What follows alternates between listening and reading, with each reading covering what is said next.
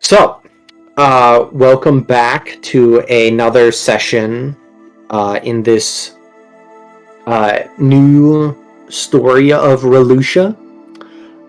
This last time, this newly formed group of misfits.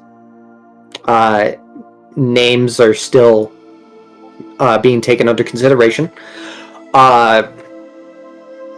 They took a well-deserved rest after trouncing the treants in the herb grove that they had tracked down. And once they were properly rested, they went on to take care of its creator, Ivy the Druid, in her underground Druid Grove. And if you want to look at it from a certain perspective, the party performed a home invasion. Regardless, they did initially take a shot at diplomacy. Unfortunately, it seemed that Ivy's beliefs and viewpoints were simply just not aligned with the party's, and a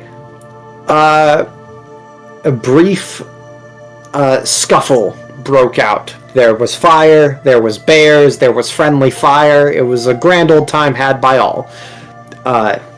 Except for the friendlies that were fired upon. Unfortunately for the party, and fortunately for Ivy, she was able to survive long enough to escape with a very powerful druid spell, and now armed with the knowledge that of at least two names of two members of the party. She is alive, injured, but alive, and out and about in the world. Where she is now, the party can only speculate. And now it is time for them to... we had at least two previous rules last time where they had some good checks to find some additional herbs that were down here to perhaps make some new potions. And at the moment we last left off, it was time for them to gather those and return to Yanrel. And their employer, at the Fey Emporium, Elaloth, the wood elf merchant. So, just to remind everybody else why you killed those treants and tracked down Ivy in the first place, your initial goal was to come here and find the sleepy time herbs for Robin, so that he could make sure that he got a good night's sleep without any sleep talking or accidentally activating his very dangerous magical meteor shard. So, with all that being said, it looks like Helena's ready to make her way down back through the underground tunnel you guys used to make your way here. Okard is not that far behind. Elcod and Gwai here have not moved from their initial positions since putting out the fire that overtook this part of the grove, and Mumbo has been standing in a daze right next to the bears for a little bit. I also believe that there were discussions of you guys maybe taking a rest before, but then there was also talk of heading straight on back, because it's late at night now. Like, you guys took that initial long rest kind of midday, so it's like the sun has set at this point. Don't let the sunbeam over here just like fool you. There's just no nighttime version of this map. So my ramble is concluded. It is now time for you guys to the floor is yours. What do you guys want to do? think since it's nighttime, we might as well take a rest, right? But here? I mean, it's like Here? a sanctuary here, right?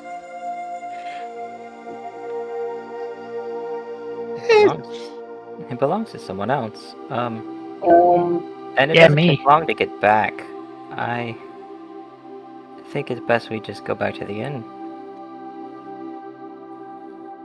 What time of day is it at this point? The Or sun night, has I set. think. It's like 8-ish p.m. Yeah, we'd be back around like 9. Yeah. Yeah, you guys would probably be back. I'd say probably 10-ish, actually. Yeah. Because it took about an hour to get to the initial herb grove, and then another hour to get to here, so...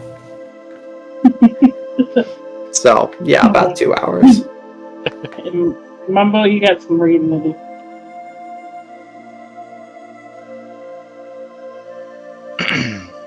Guayher's gonna catch up to Helena and point to her bag and says, So, we good? Trying to make peace after trying to blast her into pieces. Helena's gonna turn around, look at her. Be like, I have a hole in my back. How do you think I feel right now? Very holy. I knew you were gonna go there. Oh. Yeah, we're good. I know you were trying to aim for her. It's part of being a barbarian. Yeah.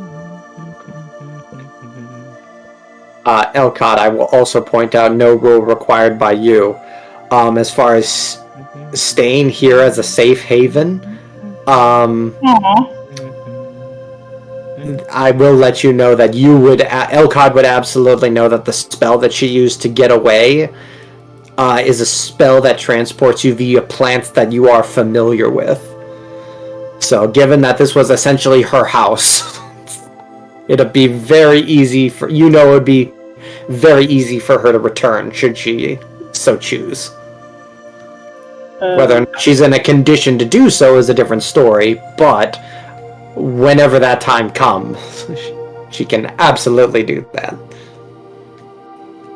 Yep. I thought we had already agreed to go back to the inn. Right. I was just pointing that out. Yeah, that was little card things. Be best. Boy here wants to cast Healing Hands on me. Or, yeah, lay hands on me. Alright. Pat her on the back.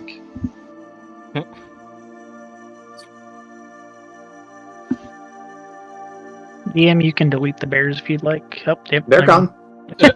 I literally looked away, said it, looked back. Oh, okay, they're gone. They've been vanished to the void. I snapped. They weren't They're there dust. the whole time. Oh no! Gonna go fill a little urn with the ashes. So, Guayher, are you guys going to try to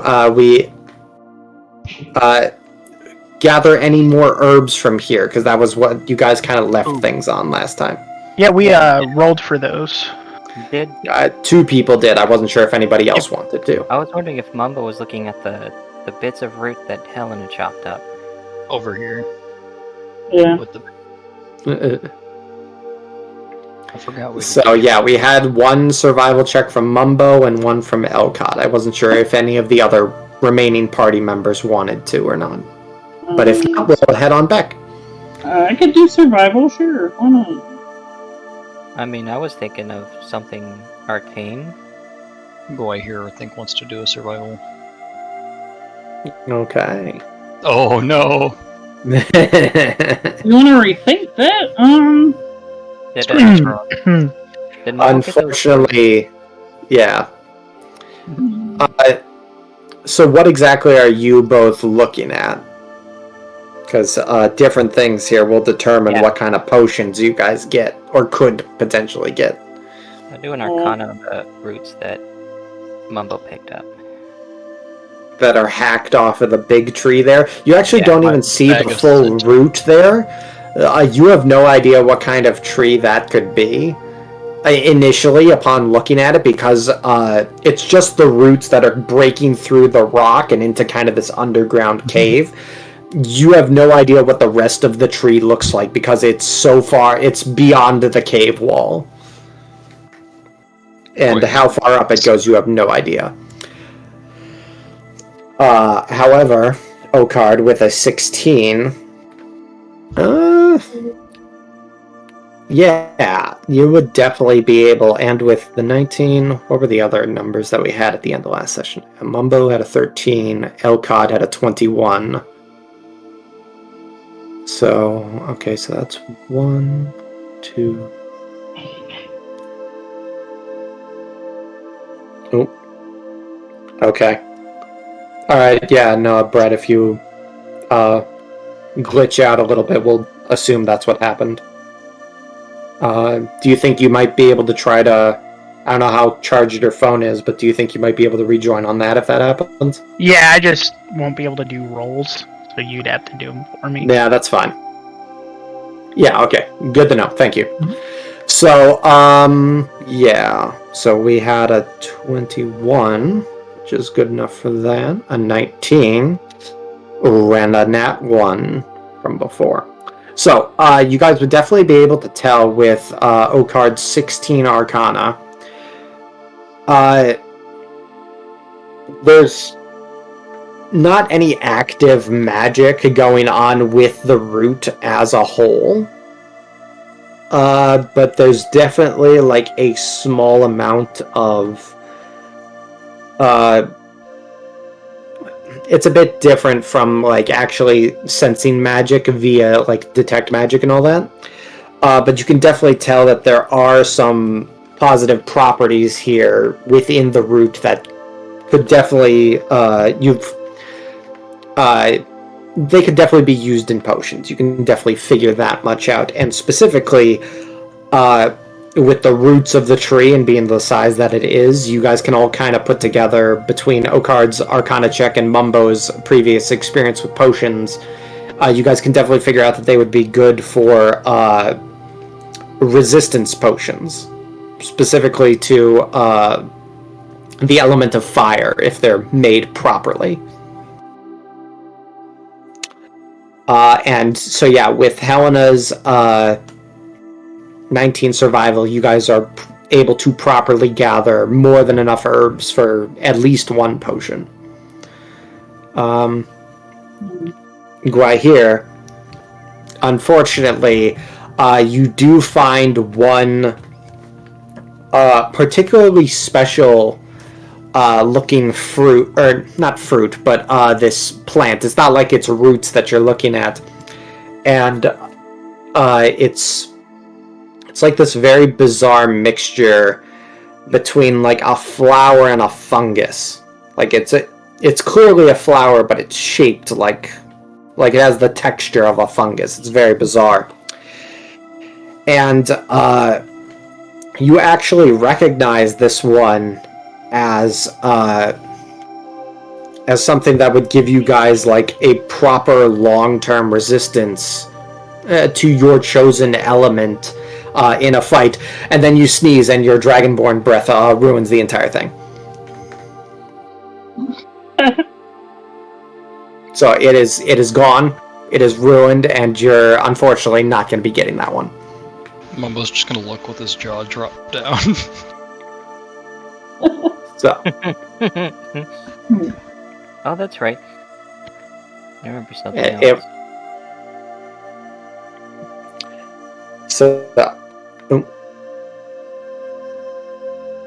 Would I find anything with my roll where I'm at? I think I'm just, for simplicity's sake, I'm going to give everybody one go around. Okay. So we had Mumbo and Elcott at the end of last session. We had Helena just now and Guai here, so Okard, I believe that would just leave you to be able to get everybody something. If you wanted to. You need to gather stuff. Yeah. Oh, well, I picked up those fish last time. I wanted to see if... No, the fish are not herbs. No, well, no. Well, they're not herbs, but like No, there's no. scales or other parts of fish could be used in potions or stuff, right? Yes? Question mark. But typically, the only scales that are of any Dragon. potent use, these are just normal fish that just literally came in. Like, there's nothing particularly but it's just normal fauna, essentially. The only scales that would be of any super potency would essentially need to be draconic in nature. Super potent, but like. So Gwai here, and where's our fifth guy? Elcott, where'd you go? There's your token. He's down. You're down here. Yep. I lost track of you. Looking. So yeah, as macabre as this sounds, unless you want to peel your dragonborns, there aren't a lot of scales here that'll be potent enough for potions. I mean... Oh my god. Yeah, guys, how fond are you of your skin? We can make a major payday. You can grow those scales back, right? So no. And that's when Gwahir and Elcott leave the party. Right. When Hella says, wait for me. Right. So no, Okard, if you just wanted to roll a general survival check, you could potentially get something. Yeah, I'm looking at this orange thingy right here. Okay. Yeah.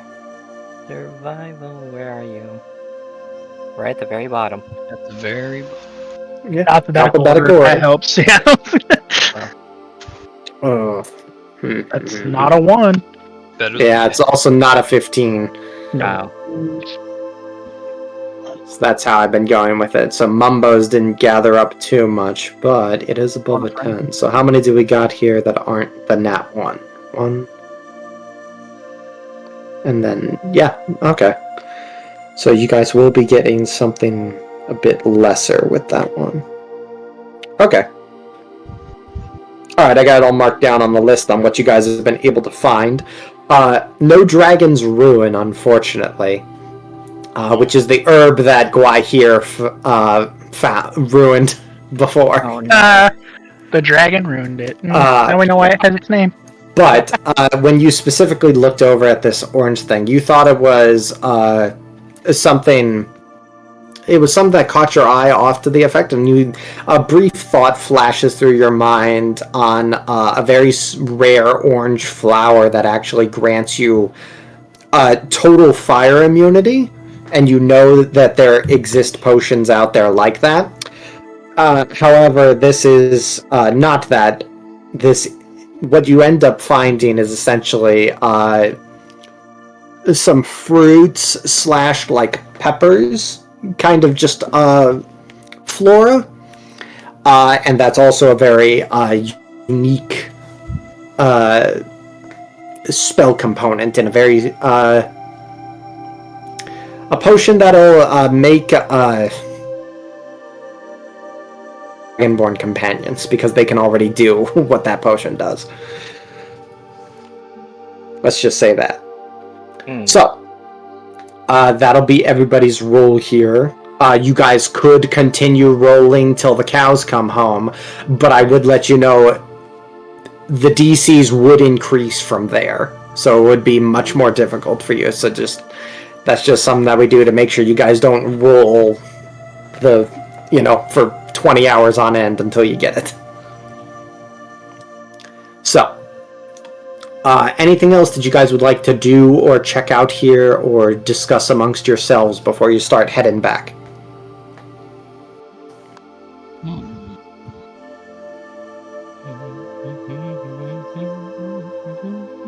No, I think I'm good to head back.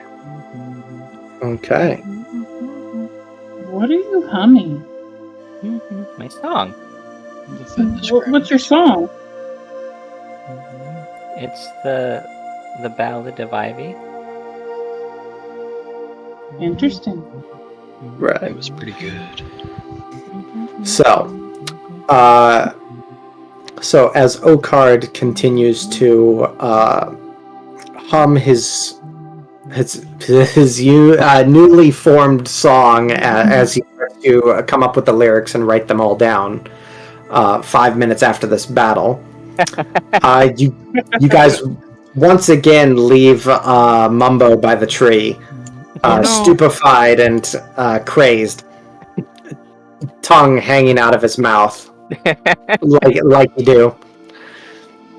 And you guys start, herbs in hand, start making your way back to the original Druid Grove, or the Herb Grove, to properly stock up on the sleepy time herbs for Robin.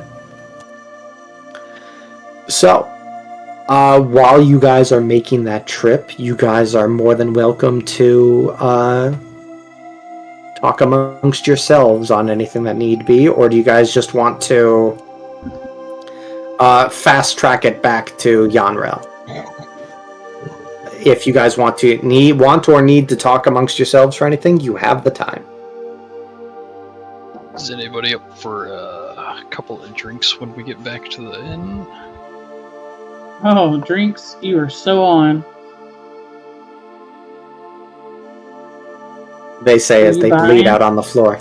Yeah, right. I'm not bleeding out yet. Just but a scratch.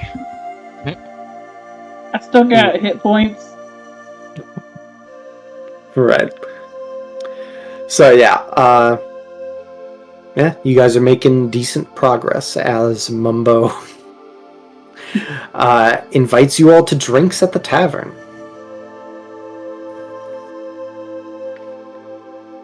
Which you guys haven't really had a chance to get since before you arrived. You did not bring any booze with you on your trip to Yanrel, so this would be your first time to do so and socialize. I think the only other thing that happened was you guys had like breakfast that one time at the inn.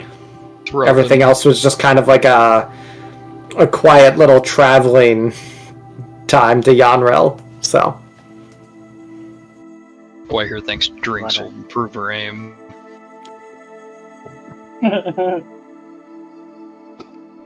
Do it.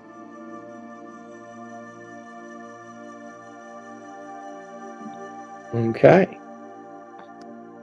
So. And where were we going? You guys were heading back to Yanrel, was my understanding. More right. specifically, you were... I'm not going to make you roll for anything, but essentially you were headed back to the original grove to make sure that you found enough of the other two herbs you were originally sent there for. Yeah. And then heading back to Yanrel. Yep. Or more specifically, the Fey Emporium. Would she be open when we got back? You don't know. I mean, it's not typical for a place to be open that late, but yeah. But, you know, she was a wood elf. Mm. We could always let ourselves in. I mean, it was like a market stall. It wasn't exactly a building. Mumbo does like to go to windows. I will let you know. So, you guys like actually saying this out loud, or is this like an out of character joking about? No, that was so me in character. Okay. Oh. Okay. So as you guys talk about returning to the stall and like wondering if she'd be open at this time, Elcod, you feel not a weight, but you feel a small amount of pressure on one of your shoulders.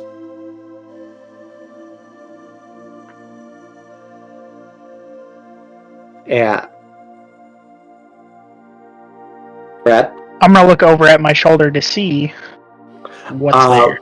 One of the pixies that were manning the booth of the Fey Emporium when you guys visited. And you never actually got any of their names, but you definitely recognize this one, as it was the one that was in the center of everything. The center of like the not the quartet, the quintet, the five of them, the five pixies that were manning the booth. And as you guys talk about, like, would she even be open this late? Oh, we could always break in. She goes over and she looks at all of you and she says, Elaloth's retired for the evening at this point. You could come by midday. I'm sure she'll be open then. And I'll be able to report to her that everything's taken care of. This is good. And she flies off ahead of you guys much faster than any of you are walking. It actually occurs to all of you that you may have been followed and observed to make sure that this job got done. Also, on the way out, we still need light, right? Oh yeah. Boop. We're just the blind mice now. Right. So yeah, we can assume that you had those up while you guys are walking. You're renewing them as needed be. Yeah. But yeah, no, it would appear that Elaloth, not out of any, well, it's up to you guys on how you want to interpret it, but she sent one of her pixies supposedly to observe and report back.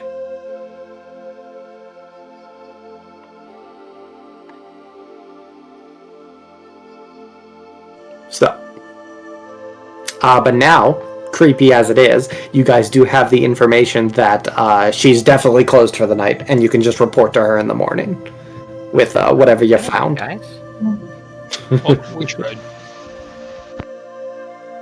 Guess it's drinking time now.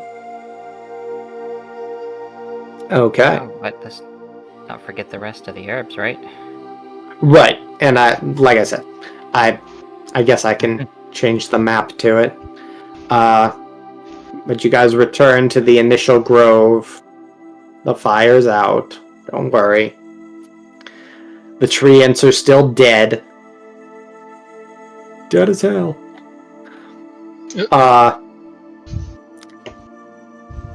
They are still crying sap, by the way. I'm gonna go At least this one. papers. Yep. And you guys are, no rules required, there's no obstacles standing in your way. It takes you a little bit, but especially in the dark. But you guys are eventually able to very carefully, keeping Guahir away from the herbs, stock up on them properly. Can't kill him again. Right. Didn't you... Guahir, didn't you also, when you guys were here initially, That was also me. rip out one of these? Oh, that was Elcod, yeah. Yeah, that was Elcod. Okay, keeping the Dragonborns away from the herbs, you guys are able to properly stock up on things. Yep. Nature loves that with the dragons. Right. So.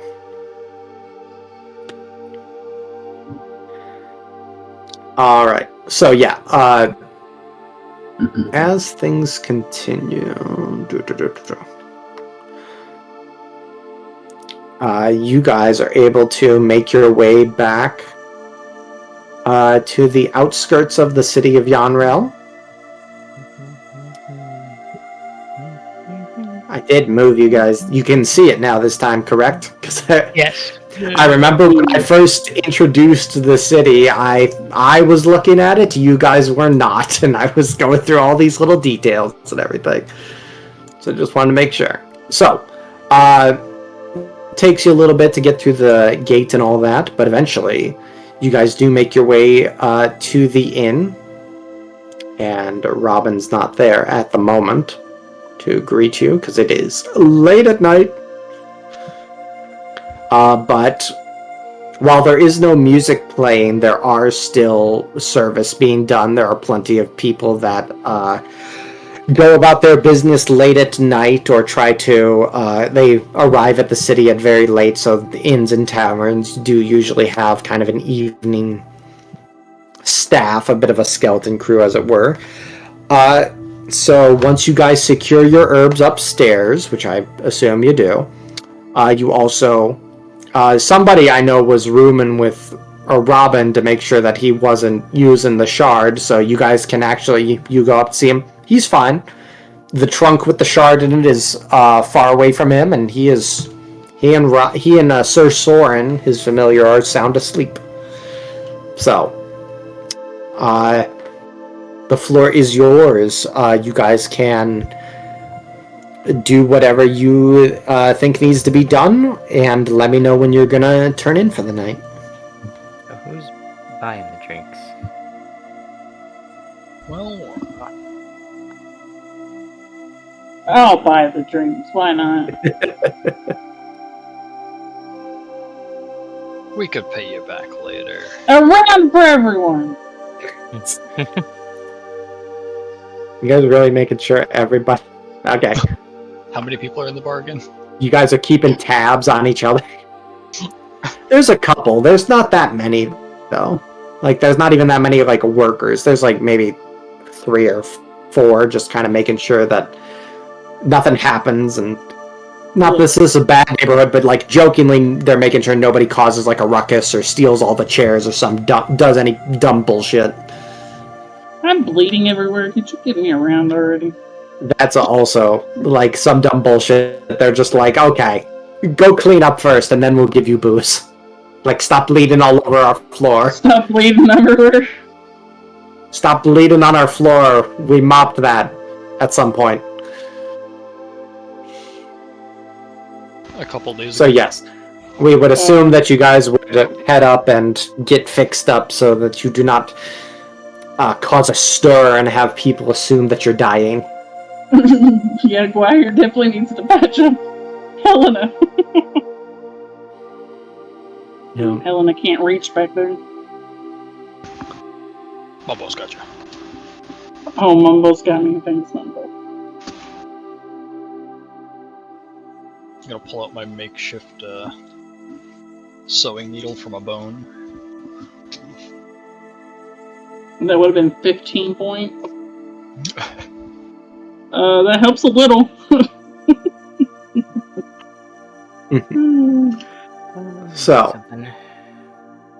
So, are you guys just getting drinks, or are you getting food, or? I'm getting food. Food and beer. Okay. That sounds good. Have a feast. I mean, there's options for banquets. So, but anyway. So yeah, if you guys wanted just a modest, you guys can choose. I would assume you wouldn't want a poor man's meal. So if you wanted to get a modest or a comfortable meal, it would either be 3 silver pieces per piece or 5 silver pieces per piece for comfortable.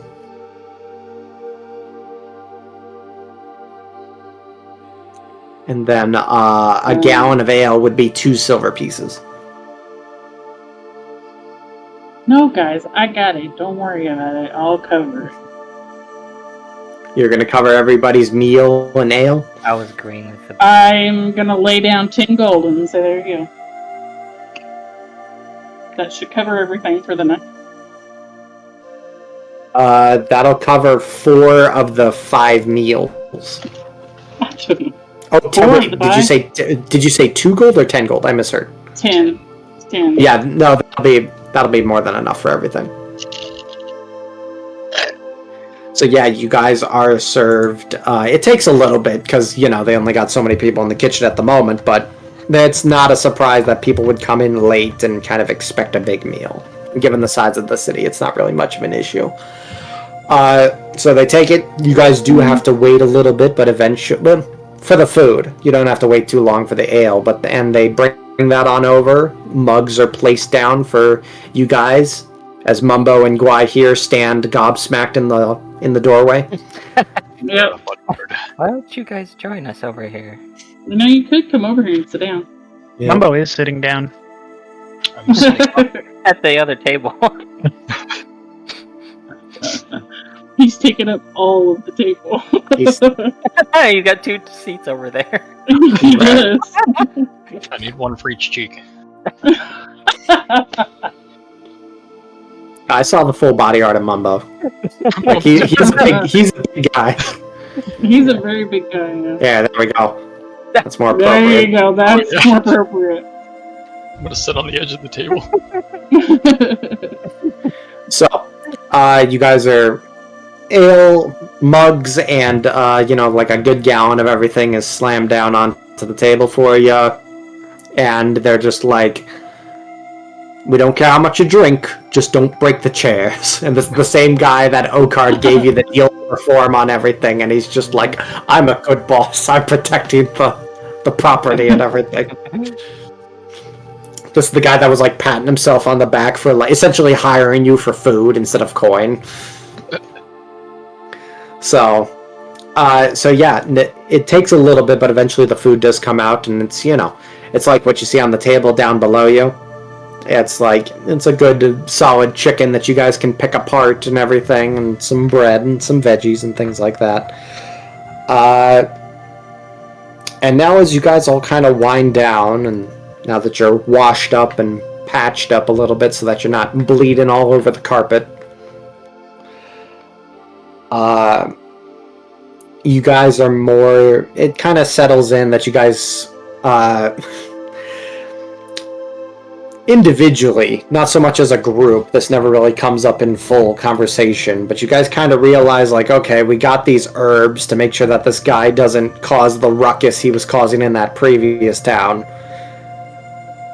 What do we do now?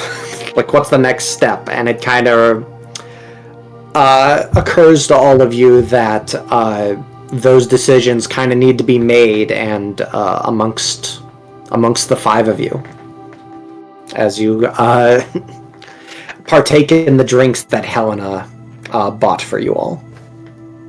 So the floor is yours. You guys may do whatever you like and talk whatever you need to talk about before you go to bed and call it a night.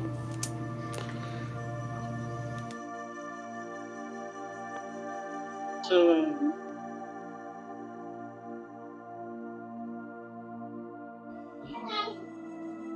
Sorry, I had to bring something up here.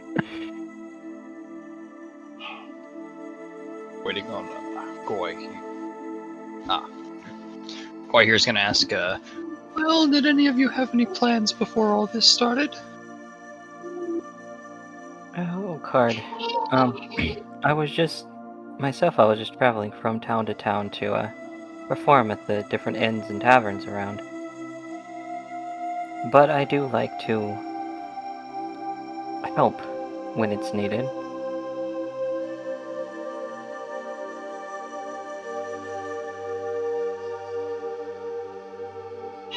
I've just been floating around from place to place ever since I found out I lost somebody.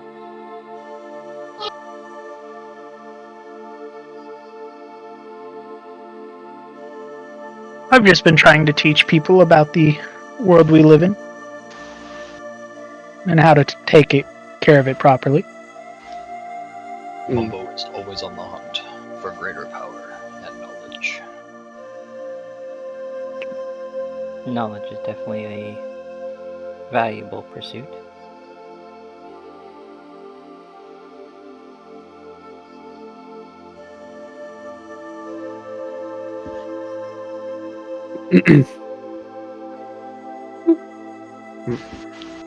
What about you, Goy here?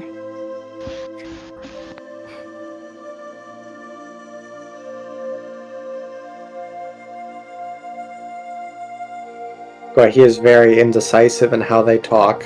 You'll see them open their mouth with the hand up, and then they'll stop, and then they'll go, So they think before they speak. That's a good thing. They just don't look before they shoot. That's reward.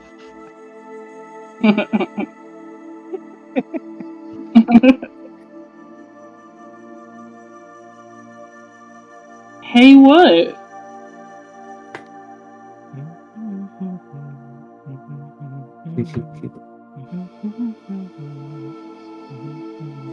So are any of you from around here?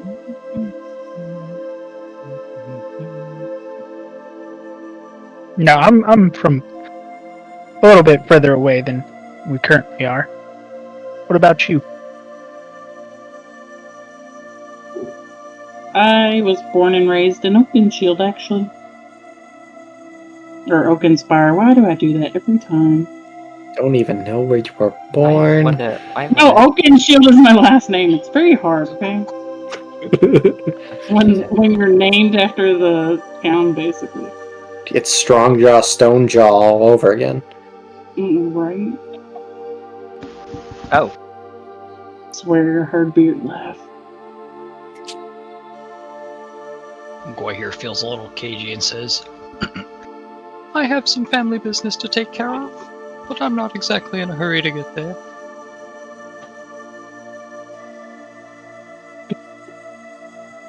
I'm not in a hurry to get where I need to go either, so. I wouldn't say I've been in a hurry to go anywhere either. Basically traveling around wherever the winds take me. I do know I don't like the fact that Robin has the stone. You guys, someone was rooming with him. You guys checked up on him. He didn't have the stone with him. You guys remember last time you got you modified one of the chests that one of you had and added like a lead lining to it? Oh, yeah. And that That's seemed true. to properly contain things. It's just inconvenient to lug it all around everywhere. Isn't Helena the one bunking with Robin this time? I think that wasn't it? So, yeah, no, you definitely would have been able to see that the chest is nowhere. The chest is nowhere near him currently, and he is resting at the moment. And you actually did even hear him mumbling in his sleep, but nothing was happening. Yeah, Whether that's because the lead lining was effective, or simply because he's not as close to it as he was before, when he was literally so paranoid it was going to get stolen, he was sleeping with it under his pillow. Who's to say? We'll take our chances assuming the box worked. Right. So do we give him the potions and let him go on his own? Or what do y'all feel like doing? I say one more night to make sure they're effective. Possibly even. Right, because currently he doesn't have any of those potions. Yeah, and possibly even changing the container that the stone is in for a real test. But still Are we keeping gonna it. sit there to watch and keep an eye in case something does happen? Okay, wait, hold on, Draco. So, are you suggesting that you give him the potion, but essentially let him sleep with the shard, like in contact with it, just to see if it works? No. I didn't say in contact, but just put it in a different kind of container. Oh, okay. It doesn't have to be in the lead line, thing. Because if that's also Guahir's, and we don't I don't know if Guahir would want to leave that container with him. He might want it back eventually. Yeah. It has been a little bit awkward, Guahir. You've essentially had to overstuff your backpack and knapsack ever since you kind of had to make room for the lead and the arcane meteor shard that's now occupying your trunk. So you would lose some means of carrying some stuff. I was thinking capacity as well, and I'm like, oh wait, that's not a container, that's the character. Oh. Yeah.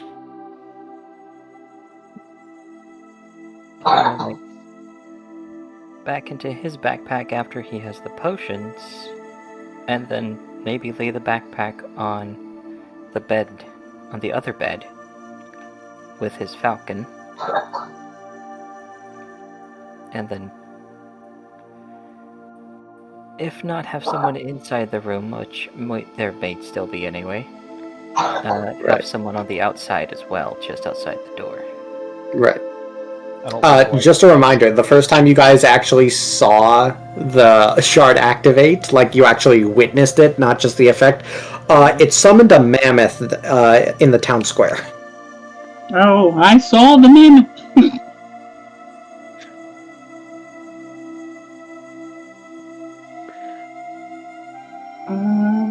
Nobody Yes, is but would you? anything.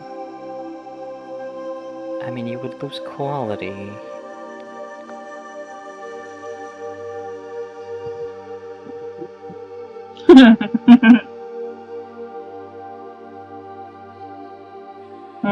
Helena's going to pray for a second.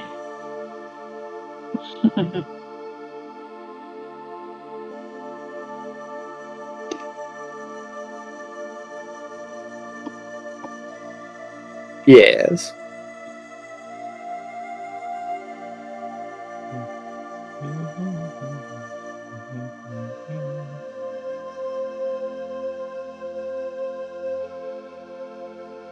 Well, since nobody seems to be going anywhere of importance, do we want to take him all the way to Duskhaven to make sure he gets there? Don't mind the journey. I mean, as much as I don't mind it, Robin doesn't seem too keen on it. I wouldn't want to be a burden to him, if anything. We could follow behind in close proximity just in case. I just know what these shards are capable of, and I would want him to be safe before I left him. Right.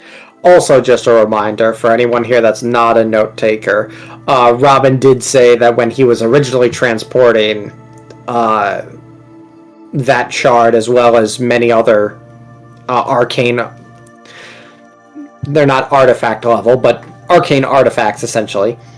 The reason he was out and about in the middle of a nowhere town was because he was attacked by bandits on the road with a very bizarre monster. So, him being on his own, well, you guys haven't seen him cast any proper magic yet because he's been recovering. But it's certainly possible that he would be able to handle himself on his own.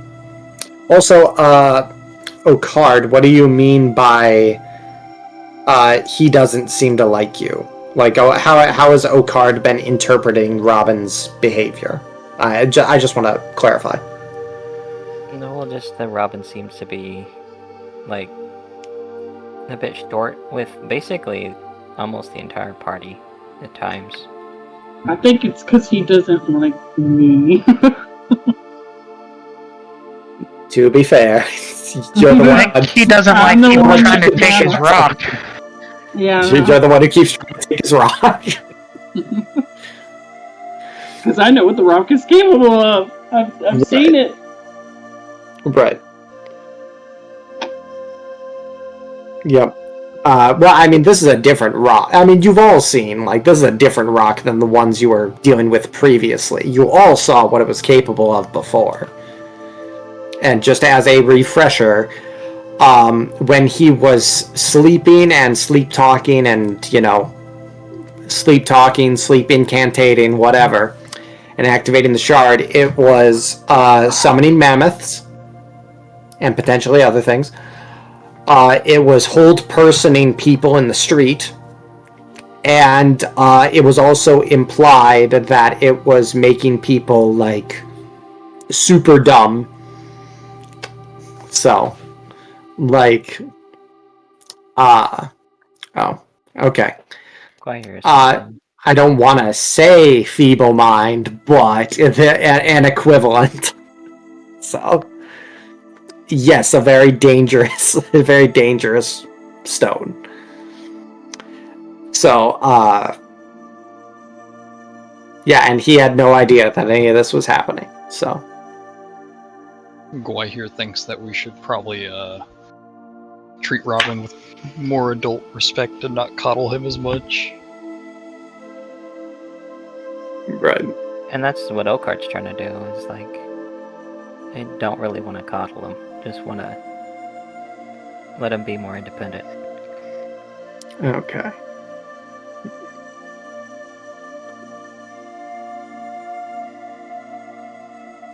All right. So, just so you guys know, just to go back over everything, because you guys did buy a marked map at one point. Oh yeah. One die. Uh, so you guys are currently right there. Wait, You guys are here in Yanrel. Yeah. And Robin's home and his destination is here in Duskhaven.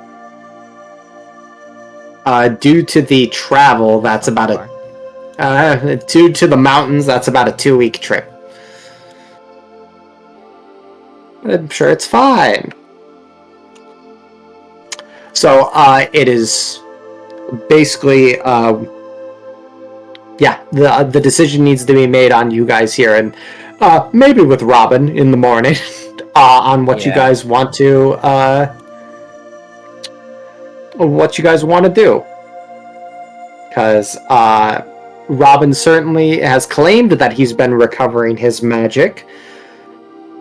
I'm sure he'd be fine on his own.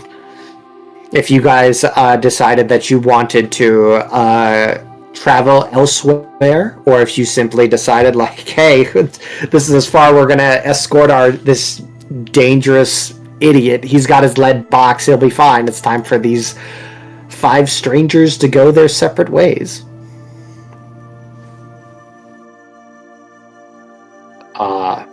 But that's all up to you.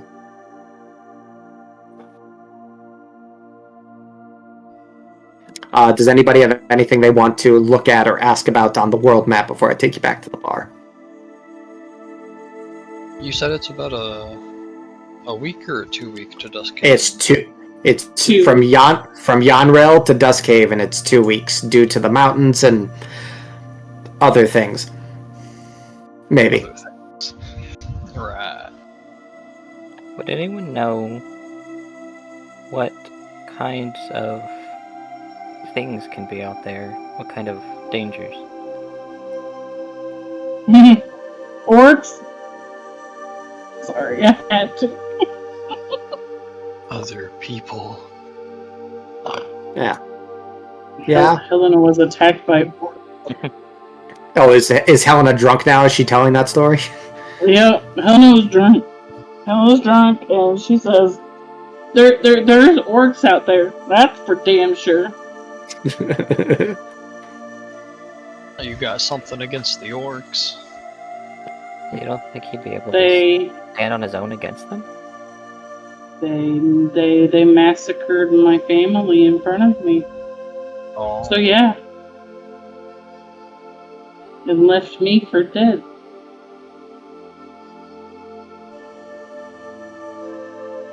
Wasn't much of a fan of orcs after that.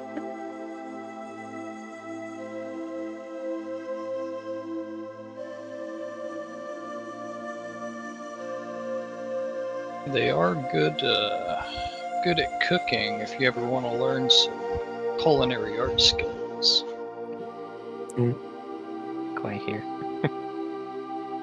Quayer's gonna go over to Helena, lay her arms around her shoulders, carefully avoiding the new hole made. Oh.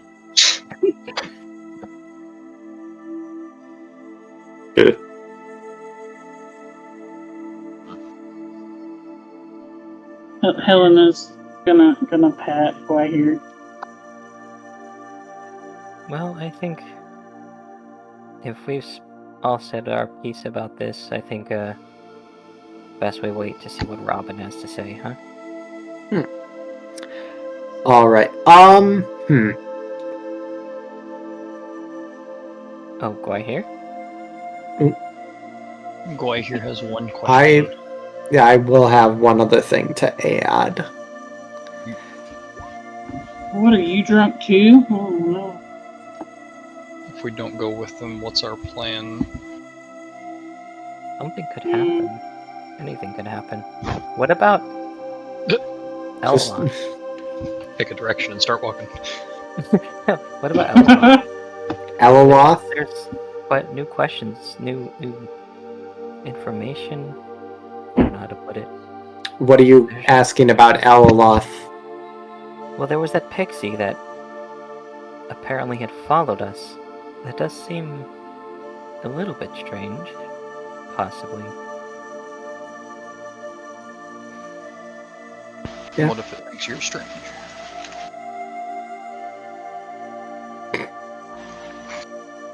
Seems there could be something else going on here. It could. Could have also been she just wanted to get a first-hand account. We wanted to see if she was safe to go in or not. That is always an option. No, you never know. Speaking of not knowing things, though, I do need a quick reminder. Has anybody ever, because Helena, I know that you said that you grew up in Oakenspire, which is very close to here. Has anybody else ever, do you guys think in your characters' lives, have they ever gone from Duskhaven to Oakenspire like we did, in that general area? Have you guys ever been there before? Oakheart's only been in the kingdom area, that the land that Talahara is in. He's only been around that area. Talahara. I'm not. There's Unfortunately, another I map haven't. somewhere that shows what parts are like. Oh, kingdoms or I whatever. don't have that map at the moment that shows all the different faction territories. Yeah. Oakheart's only been within that one. That Okay. consists of Telahara, Shorecrest, Verdorn, Okay. Castahorn. So here's what I'll say. So here's what I'll just say real quick. Anybody who thinks that they have, and I'll just go back to the world map here. If you guys know exactly on the map where your kind of hometown has been before you got to the nameless town that you all met up kind of around here, if any of you have been in the area between Duskhaven and Yanrel over here, I will allow you to make a history or nature check, your choice, and I will be able to tell you what sort of things naturally kind of lie between those two cities. Well, that doesn't help me either way. Actually, the Empire, he was born in. I don't know. Goes all the way up to Oakenspire. What is like that? I don't That- know. But would there be information about books? That. Like in it about books, possibly? Yeah, I'd say you could ask around, but it'd be a bit of a higher DC for things, as opposed to the people that have just kind of naturally been through and lived through it all. I'd say I've explored that area. Oh, okay. So you've in that been through area. it then? Okay. Then yeah, you can do so with advantage then. And just a higher DC will definitely be able to tell you some things. Okay. So yeah. With a Helena, unfortunately, you were I'm too drunk to know anything. right. Nothing. You definitely know a couple of the things, and there are some slurred stuff that comes out at some point or another that Elkad, Gwahir, and Elkad again for some reason. Oh, yeah. Because you No, talk with okay. advantage. That's it. Yeah. No, I thought it was somebody else. Okay, but yeah. Elkad, Gwahir alternate between kind of interpreting things here. And the things that they pick up, while they don't make out everything that you guys have heard around and asked around in that kind of area, typically parts of the roots are, they're a little rough. You'll get something like a wolf or, just a typical pest that, any good person with a sword or a spear can scare off or handle. You'll get a bear sometimes. On rare occasions, though, you guys do pick up and figure out and have heard stories of the occasional harpy attack somewhere between Yanrel and Duskhaven. You've also heard stories of basilisks in the deeper caves and, much deeper areas. They're not walking down the dirt road or anything. And on very rare, on one specific rare occasion, an entire cart, as well as the horses, were attacked by a hill giant. Specifically, the horses for food, and the cart was taken simply because they could. And unfortunately, there are other rumors of other things, but they're not entirely too reliable or descriptive with what else you might be able to find between there. And obviously, it's not like the trail between Yanrel and Duskhaven is like this. Oh my god, this is Death Valley. This is the only place where you'll find monsters or have run-ins with people. That can happen anywhere. It's just in this particular area. That's what you've heard some people say, and what you guys have sometimes even seen from afar. Now, they're rare, so what are the chances that could happen to you guys if you went on that trail? I will say that I want to talk with Robin more about his plans because he mentioned it affecting the environment, and I would like to know what he means by that. That's just his... I think he's explained a couple of times. He does have a bit of an ego, and that's probably why he's so defensive, because he doesn't want to... Well, it's not that he's in denial, but he's defensive over the fact that he unknowingly caused such problems in that town. So, to preserve his ego a little bit, he's probably explained to you guys a couple of times that there are... in the same ways that druids could have, like, spells that, like, would change the earth, not like in a transmutive way, but just like they can shape it and remold it and things like that. Like a high enough level druid could like conjure a mountain if they wanted to or something. He's explained that some of the stones that he's been studying can have effects like that, where, you can take a certain stone to a lake and freeze it permanently.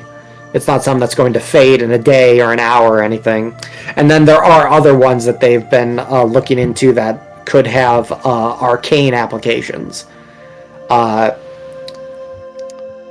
Essentially, like, they're trying, and he does emphasis trying, like the ultimate goal would be to have the stones cause such wondrous... He basically said in the card series, like, our end goal, my end goal, that will go down in history for someone one day, the stones will be able to affect flora in such a way that we can have ready-made herbs, potions in fruit form, essentially. And he essentially wants to find a way to consistently make that happen, instead of it just being a one-time thing. That he basically wants to find a way to properly harness it, for one, and then on another, harness it on a macro scale, is basically what he said.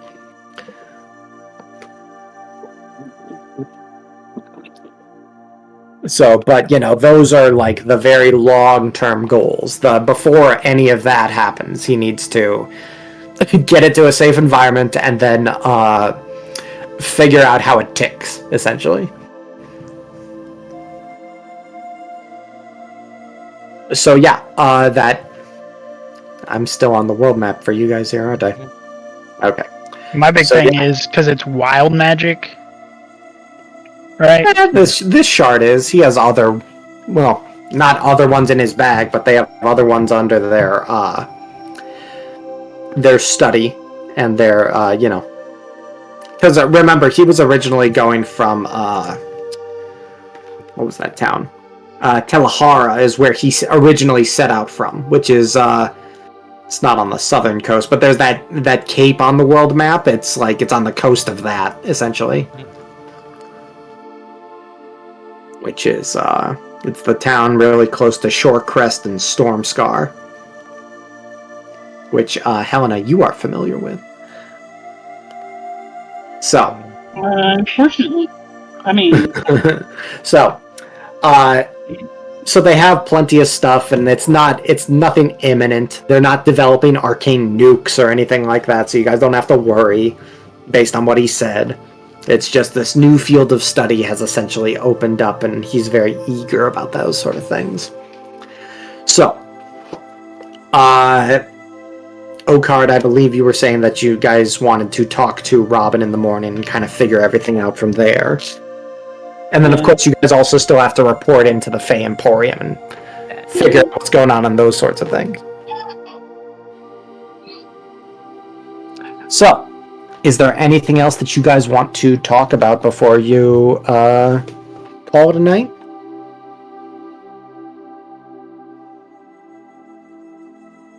Anything and everything. You can talk about your fishing habits if that's what you want to do. Oh, I will tell why here I think it'd be important for her to get some practice with her bow. Practice shooting the fish out back.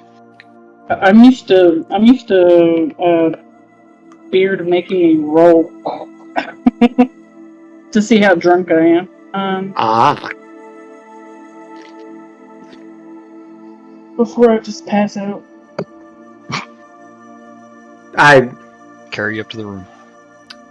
I'll be nice for now. Braddock drugged me up the stairs once. Right. I got bludgeoning damage from that. If you're gonna do an excessive amount of drinking, then maybe. But two things. There's because remember, like, we enjoy it, but alcohol is effectively a watered down poison. Like, there's a reason nobody drinks 100 proof. So, if you're going to do a lot of excessive drinking, I might require a Constitution save, which is the exact same rule I would have you do if someone ever tried to poison you. I mean, Smile. I have advantage against poison, so That's fine. Smile. Stop smiling. So, is Helena going to be excessively drinking today? Or tonight?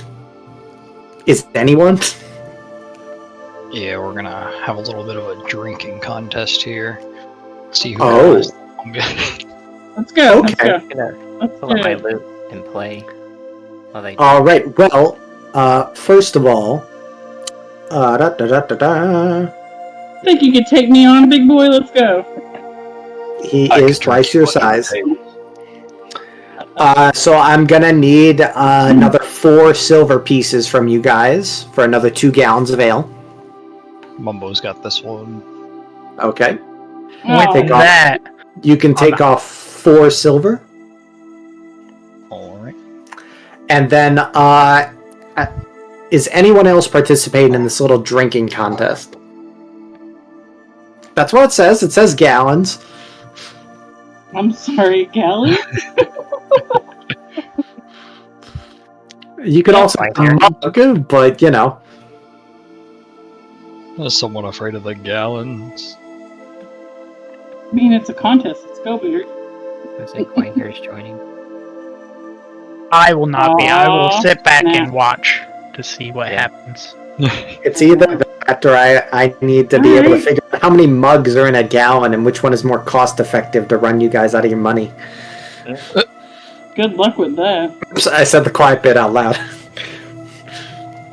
Okay, Oh, no. never mind. But yeah, so to get you guys like properly going and drugged, because the mugs aren't going to do it. We're going to start off with a gallon here. So yes, that is.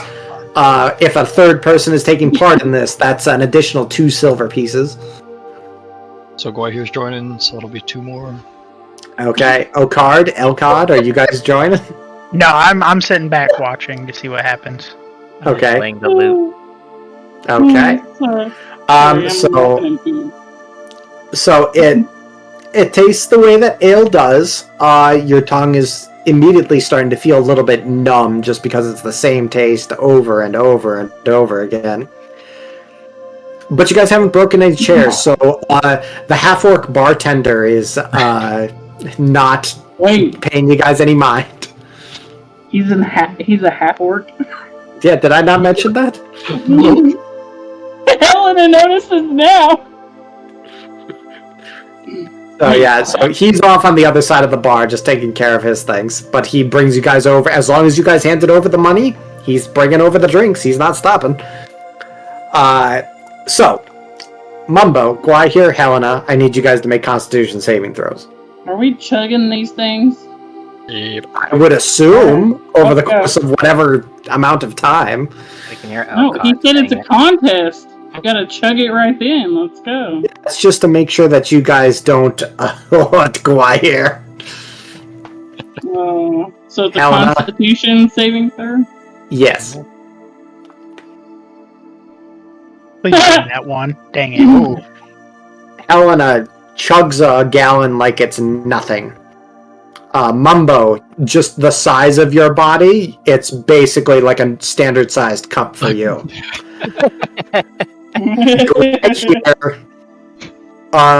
Finishes. Isn't she like a little bitty too? So it makes sense. She's medium sized, so yeah, but you know that's a spectrum. So Bagwai here, on the other hand, does indeed finish the gallon, but it does take a little bit significantly longer than Mumbo, and definitely a little rocky on the sides. However, for this first go around, I was mentally setting the DC at 10, and that's all you guys needed to pass. So Gwahir, with your +1 on con saves, you barely made that. So, do you guys want to go again as we do this little drinking contest? Yeah. Okay, Yeah. the DC will be going up. Helena's gonna look at Gwahir with a little more respect. She's a little impressed. So Gwahir is tall but quite lean. Okay, so instead of a football player, more like a basketball player? Mhm. Like lean muscle?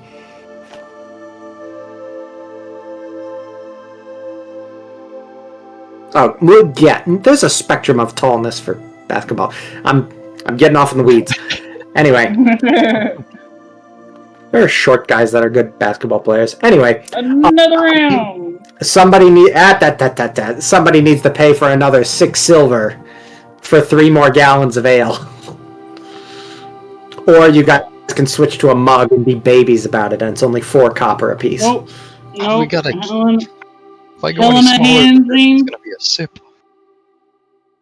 Helena hands him a gold piece. That'll Just cover keep it. Okay, so yeah, that's another 6 silver off. The DC is now 13. I'm gonna need a con save from all 3 of you.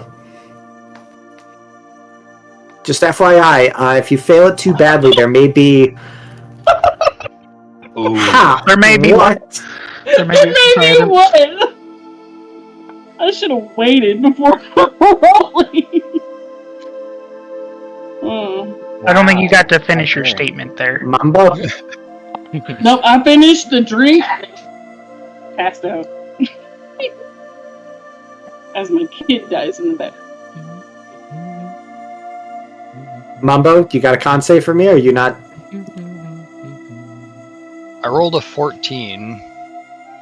Oh, is it just not coming through? Yeah, it shows. Gotcha. That's weird. It showed it came through on both chats for me. Oh. That's weird. Alright, so... no, I see it. I opened a new tab and I saw it at D&D Beyond, so you're all good. What's my punishment? Yep. So, and this here, everyone is a perfect example that you can roll crap with high bonuses, and you can roll amazing with low bonuses. Mm-hmm. So, Mumbo, the DC I now set was 13, so you do pass that. Barely, but you still do. You're feeling a little you're getting that nice buzz going and staying to the sides. Guai here, after taking in the first gallon, you kind of are just like, all right, and a second wind would kind of imply that you would have a first wind that you'd need to exhaust, but you just kind of found your stride. Helena. Hold on. I have a question for you. Hold on. I may have an answer. Oh, okay. Hold on. Yeah. Oh, that'd be funny. It would be funny. Go ahead and describe what happens as you finish off the second gallon of ale. So Helena's gonna take the ale. She's gonna chug it all. She's gonna slam it down the gallon. She's gonna burp really loud, and then just pass out backwards onto the floor. And the first contestant is up. And she's gone. She's out. She's unconscious. She is asleep. Just you and me, go here. Now, oh, that is 5 lower than the DC that I said. Mm. Oh, no. We're gonna All right. Oh, no. Don't worry about it. Smile. Oh, God. It's teasing me. Let me just roll a good little something right here. Oh, no. Oops. Oh Don't- my. No, don't worry about it. That one was a joke. You will actually. You'll be getting your full rest tonight. However, that's your hangover right there. You're going to be 3 hit points lower than your maximum once you've taken your long rest. I was fixed to say if it was 23, I'd trouble, but okay. No, that was just So just 3 after I take my long rest? Got it. Yeah. So you're below you're 3 below your maximum. That's all. Guahir, Mumbo. Also, we could. That's literally you just hitting your head on the tile floor as you fell as well. Mumbo, Guahir, are we continuing? Elkon, No Card, are you guys joining in? Or is Okard just continuing to play while Elkon is looking at all these idiots that are basically just like, yeah, we almost murdered a druid today, and then we came back and drank ourselves silly. Well, we're continuing. Okay. Okard, Yep. Elkon, you guys Elcott's joining in? just snickering to himself and just shaking his head. Yeah, card's just playing. Okay. So, that's Mumbo or Guai here. I need one of you guys to pay another 4 silver pieces, or you guys can pay 2 silver pieces individually. You got this one, go here. We're not narrating bathroom breaks, but we're assuming that they're happening.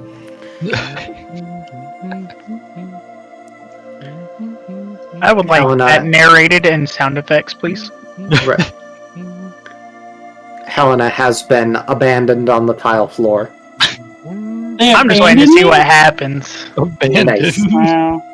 Ignored because there's a drinking competition that needs to finish. Oh my goodness. Okay. We You're have our deep now priorities. 16, you two. I need another con save from you guys. Alright. Ooh. Oh. Oh no. And Guai here. Guai here, with your skinny, lean frame, you do not even make it halfway through this 3rd gallon, as you also go down. And that is also 5 below.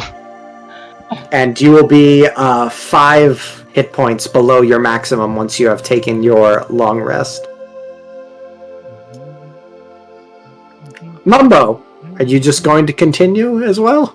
Mumbo's gonna drink 1 more. Alright, take off another 2 silver. 2 more silver. Or you could just go with a mug, and that's 4 copper, but I wouldn't we'll make go you with roll that. anything for that. Alright, take off 2 more silver, and Your DC is still 16, but now you're making it with disadvantage. Disadvantage. Or we can make it 19, but a straight roll. It's your choice. Oh! 16 with disadvantage. Okay. Yeah, you're good to go, buddy. This is just Elcon no card as you guys just kind of watch him. This guy has a stack of like now 4. Well, a gallon's not really as big as a barrel, but he essentially has an empty barrel at his side now as he has just taken gallon after gallon. Yeah. 1, 2. That's 6, 7, 8, 9. Yeah. You guys have down 10 gallons of ale, by the by, if I'm doing my math right. Between the lot of you. Well, should So just imagine 10 milk jugs have now been emptied. Okay. Mumbo, anything else before you call it a night, or is you just gonna keep going until you pass out? Mumbo's gonna pick up Helena and Guai here and take them to their rooms. Okay. Very clumsily, very slowly, you pick them both up. There are a lot of, there's a lot of moments of who put these steps here? Who put this door here? Put this table here. But it eventually happens. And eventually is doing a lot of heavy lifting in that sentence. Oh no. But you guys do make it to your rooms. Mumbo, you suffer... you're a little groggy, but character sheet and hit point wise, you're fine.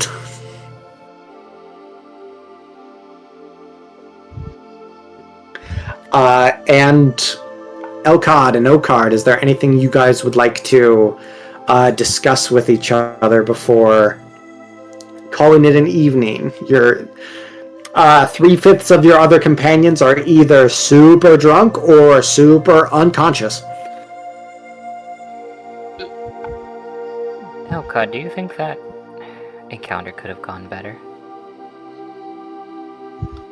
I think it went as well as it could have with her losing her way so badly. Do you think she lost her way, or do you think possibly most druids end up like that?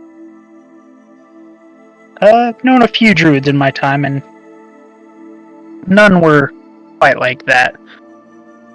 We tend to not be so selfish and realize we all have something to give and get from our world, so I hope she can see the error and come to the light. You're a druid, not a cleric. Yes, but the light of nature. No, I gotcha. I'm just giving you crap. Okay. I mean, I'm going to send her to the light if she doesn't change her ways. That's not balanced. Anyway.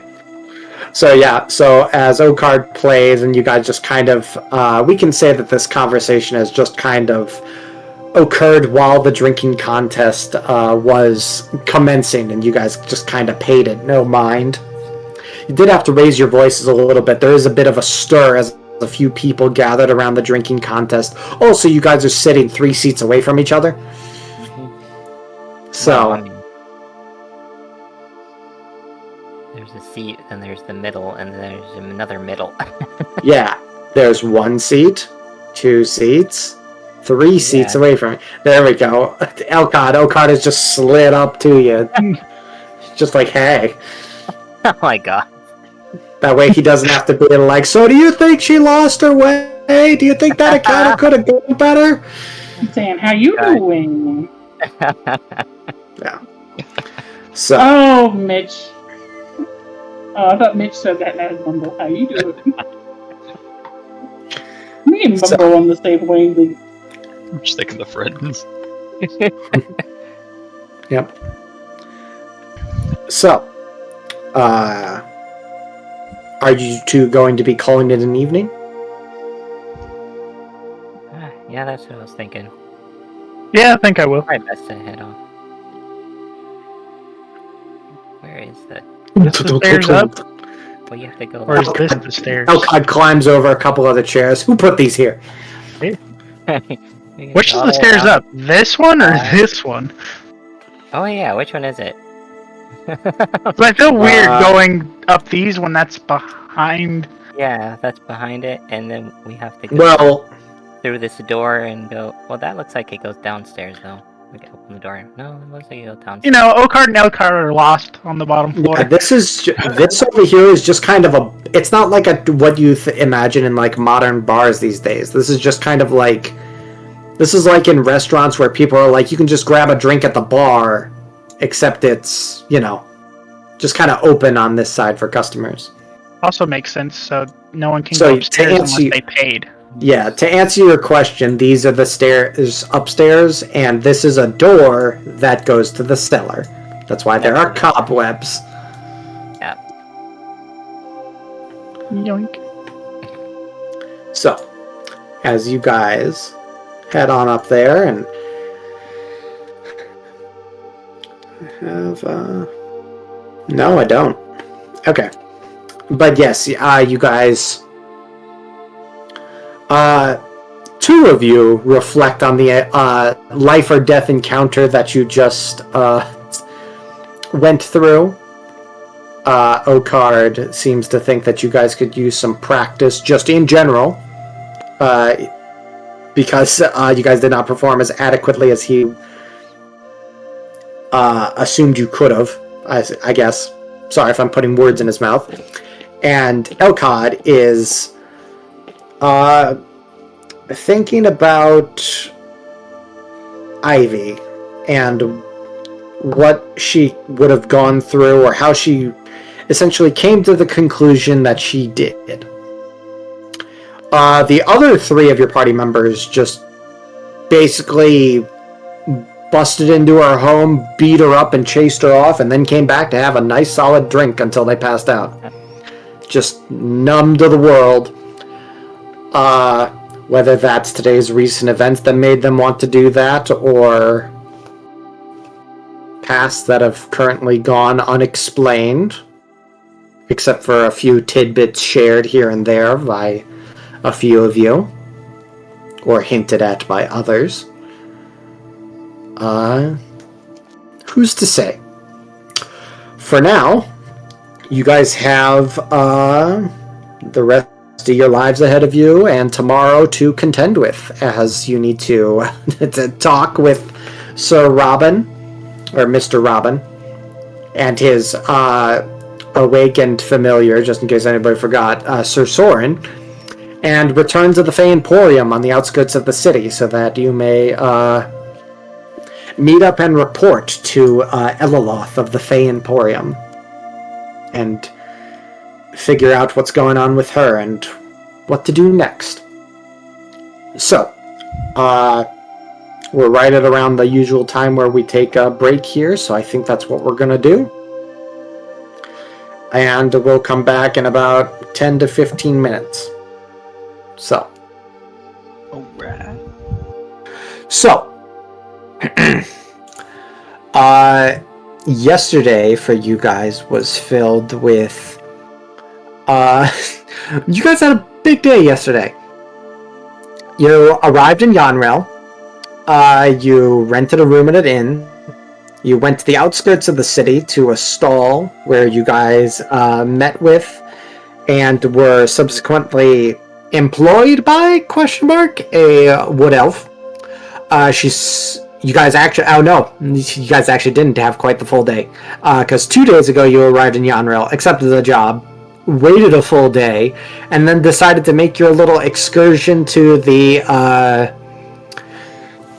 to find the grove, make it a day trip, which you took a nap in the afternoon, kicked down Ivy's front door and attacked her, and then you actually went back to town, and then so it's been 2 days essentially since you've been to the Fey Emporium, and you came back, had 2 different brushes with death, with the Treant and Ivy herself.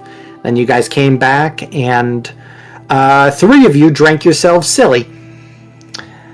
No one died in their sleep or anything like that, as much as we were joking about it.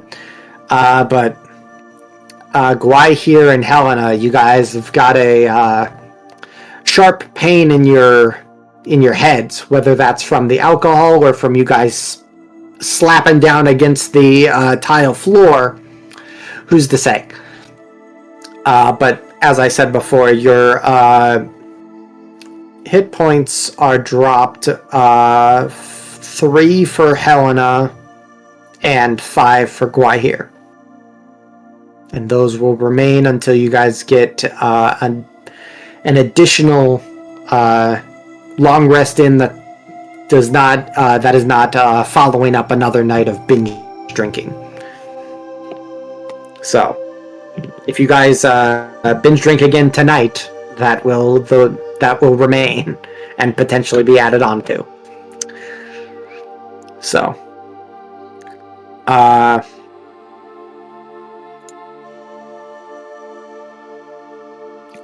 what are you talking about, Mitch? Who are you looking for?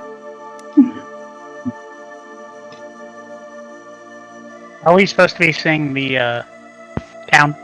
Oh, yeah, no, that's fine. Okay. For now. But yeah, we can go to the tavern for a little bit. So, as you guys all kind of... Oh, I'm on the wrong layer. As you guys all kind of stumble out of your rooms for the day. On the wrong layer again now. You guys are upright and a little groggy, but you're doing fine. Real quick, Mitch, you took 5. Yeah.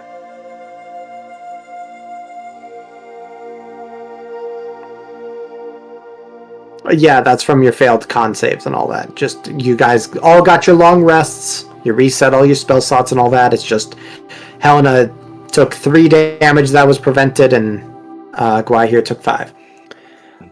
So, as you guys come on down and get breakfast with the rest of the town, it's totally much livelier in here, as you can plainly see. Just the place is totally not filled with the early risers just yet.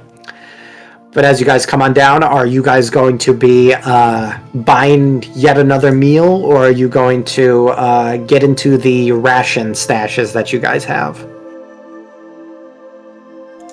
for your breakfast? If Oakard wants to have some bacon, eggs, and toast. Okay. Nice modest meal or a comfortable meal? Be modest. Modest. All right. Everybody else, yes? Yeah. All right. If nobody speaks up to the contrary, I will assume you're all having a modest breakfast. Mhm. Okay. So, that'll be 5 silver pieces per person. So just make sure you remove that. Or half a silver, essentially. Or half a gold, rather. That's what I meant. Mm-hmm. And that'll basically buy you enough food for the day, just so we don't have to charge you guys for individual meals every time. So, oh yeah, how much money you got left? 4 gold. 4? It's gold. You're fine. That's made up. Yeah, I- 4 gold. I will buy his. Okay. You can add on 5 silver pieces back there. And Elcod. And guys, Mumbo is just standing shook on the stairs yet again. You guys have to shuffle him on over. He drank a lot last night. He's moving a little slow. He's moving a little slow. You're starting to think that there's a reason that tongue hangs out of his mouth 24/7.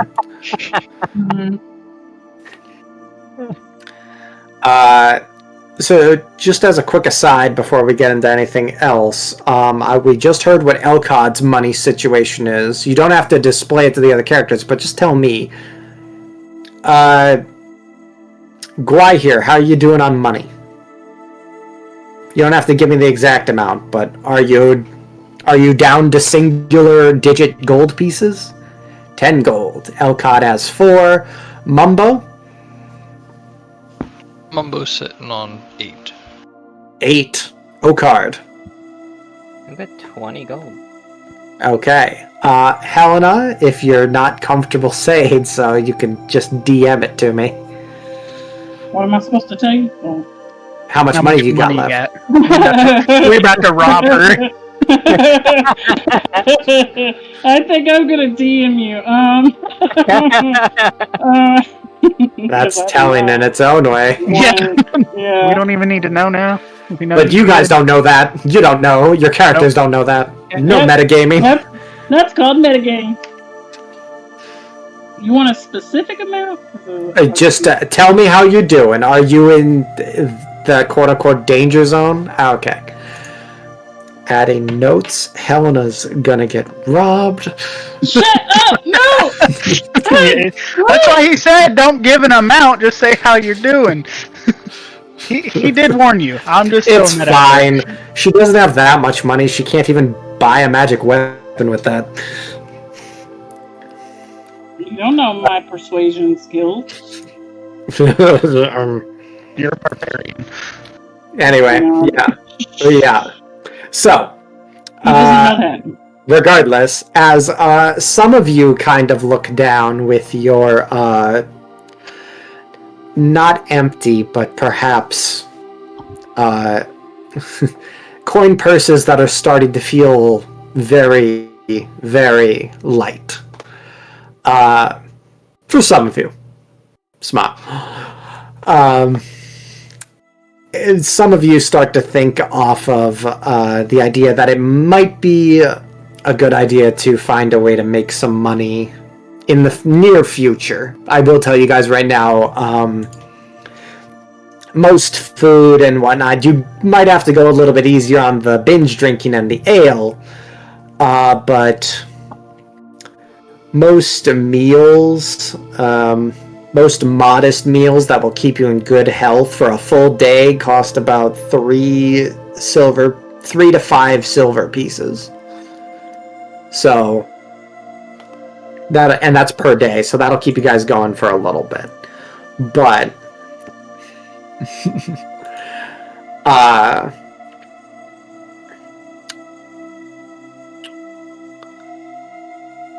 yeah, so just it's something that you guys might want to keep in mind if there's perhaps an opportunity that arises for you to make money. Hopefully legally.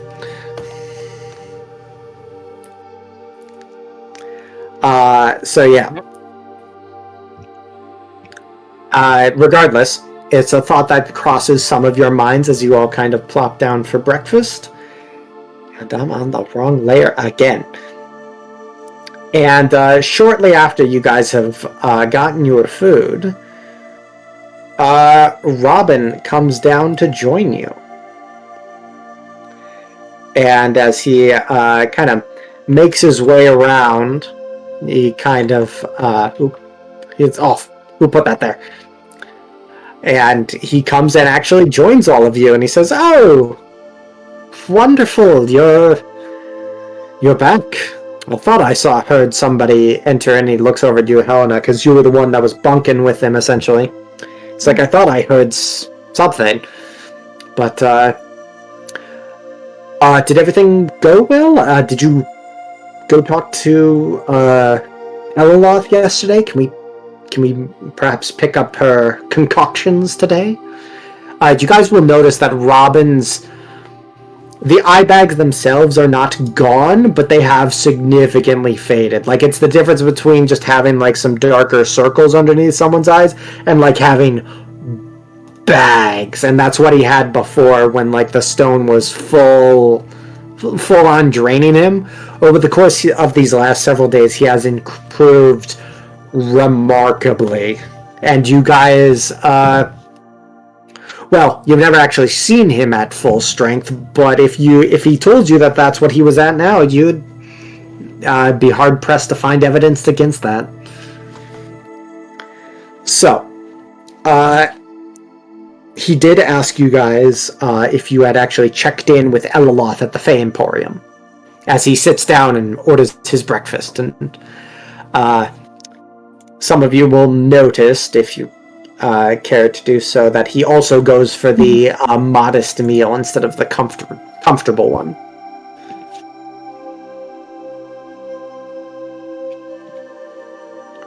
Well, don't everyone speak all up at once. Oh, I know. I was waiting for Gwahir. Yeah, go ahead. It's something. Gwahir says, we're about to head over now, just having some food.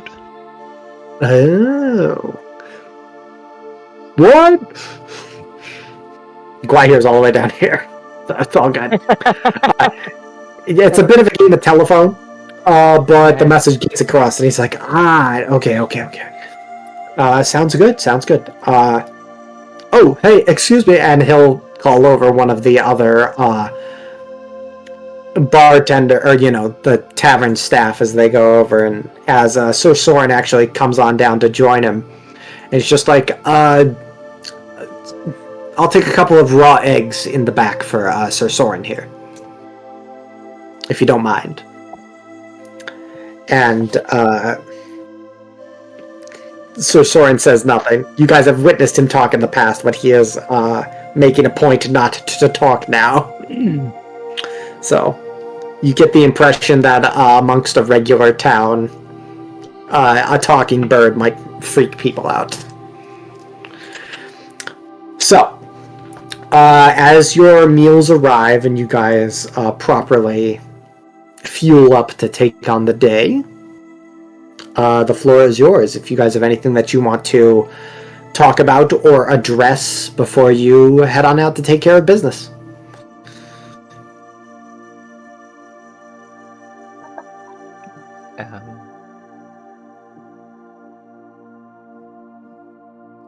Elcott?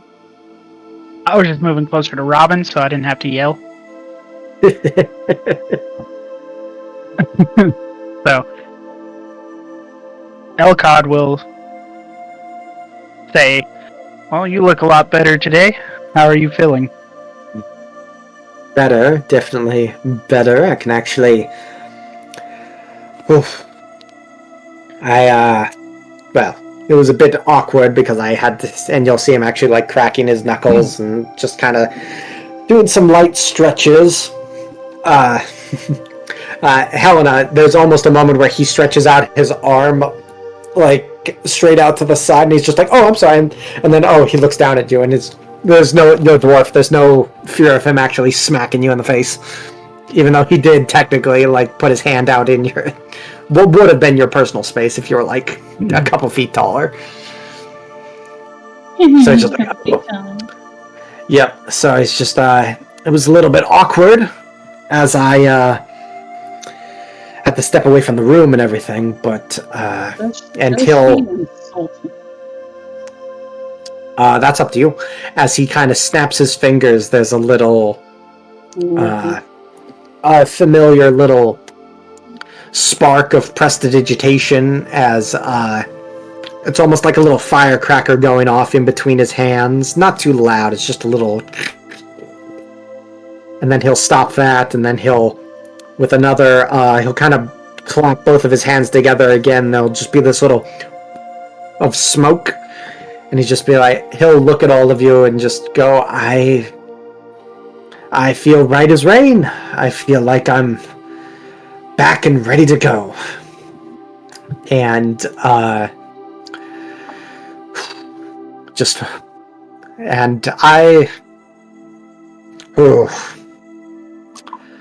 I'd like to apologize. I understand that the stone is dangerous if not handled properly, and my state was in no position to do so. But I hope you would understand, And he looks back and forth between. It's a little awkward because he's looking. Elcod, you're the one that addressed him, and then he's trying to also like address the rest of the party as well. And he's just like, I would, whatever you lot consider to be most precious to you, I would hope that you would understand if someone was took it upon themselves to both become your bodyguard, and he like air quotes that, while also consistently keeping said precious thing out of your reach physically. Right after you nearly escaped from that thing getting stolen. So I would hope you would be able to appreciate my position, where a group of strangers I don't know took it upon themselves to escort me without me hiring them prior. I understand you are trying to make sure that no one else is getting harmed by this bizarre predicament, but I'm confident that if everything went well yesterday, as you all said, we can get a proper handle on this and make our way to Duskhaven. And he'll actually, again, look down to you, Gwahir. Do you mind if I take your foot locker thing with me? The thing that we lined with the lead, just in case these potions don't work out.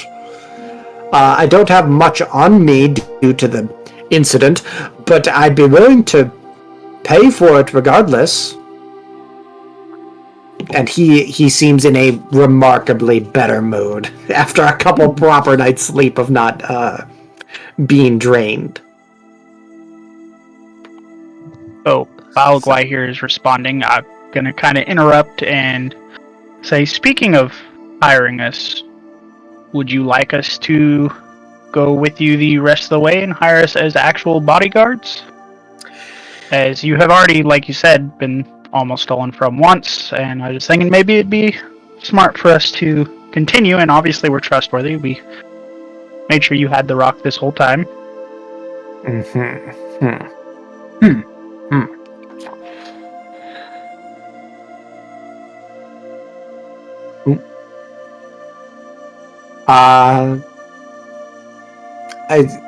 Spike, you got that?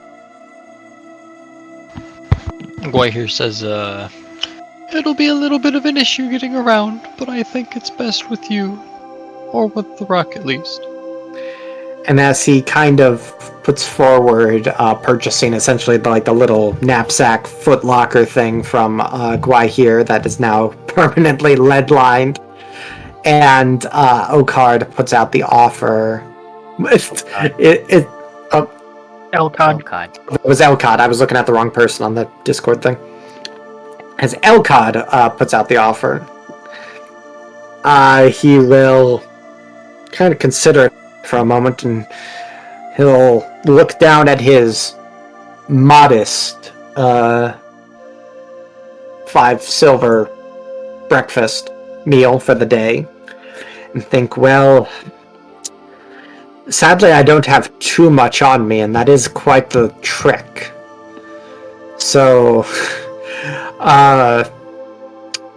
unfortunately, I don't quite think that I have it on myself for now to... How do I say this? I don't have the coin. Let's put it bluntly. As I said before, I don't... and I know exactly how foolhardy and poor manners it would be to have you accept a job properly on credit. Well, you've grown... However... Oh, what's up? You've trusted us, and we've trusted you, so I don't know if that would be an issue for us to necessarily go with you, especially because that crate isn't the lightest thing to be moving around. Right. Oh, and a cart would cost... Well, a cart wouldn't cost too much, but we currently don't have one. Just as a reminder, you guys got to Yanrel the way that you did because there were merchants that travel in between the bigger cities and also pass through the nameless towns. And when they offload a bunch of stuff, they sometimes make a little extra coin by taking travelers with them. And the reason you guys didn't have to pay for that was because the sheriff of the nameless town took care of that for you as a reward, essentially. So currently, you guys don't have any. You do not have horses. You do not have a cart. So you would have to either to walk on foot or purchase that and figure that out. And as we just pointed out, most of you are not broke, but about a stone's throw away from it. So it'd be a little money would be a little tight for some of you. So as you kind of consider, he takes all that in. Robin will kind of think for a moment and say, "Well, that is," and he'll kind of look to the rest of you, and he's like, "Is he speaking for him, or is he speaking for all five of you?"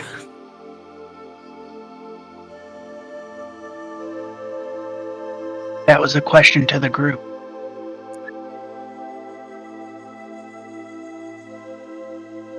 Guys, Helena? hello. What was the question? Hello? Mumbo's disease is infectious, apparently. To repeat the question, I believe it was Elcod who said, "You've trusted us, and we'll trust you to essentially take this bodyguard job on credit." And basically, he's saying he'll be able to pay you once he gets back home to Duskhaven. And then he was saying, "Okay," and then he turned to the rest of you, Gwahir, Mumbo, Okard, Helena, and asked, "Is Elcod speaking for Elcod, or is Elcod speaking for the group?" When he makes that offer. Yeah, that was mumble and mumbo. I did not hear a single thing.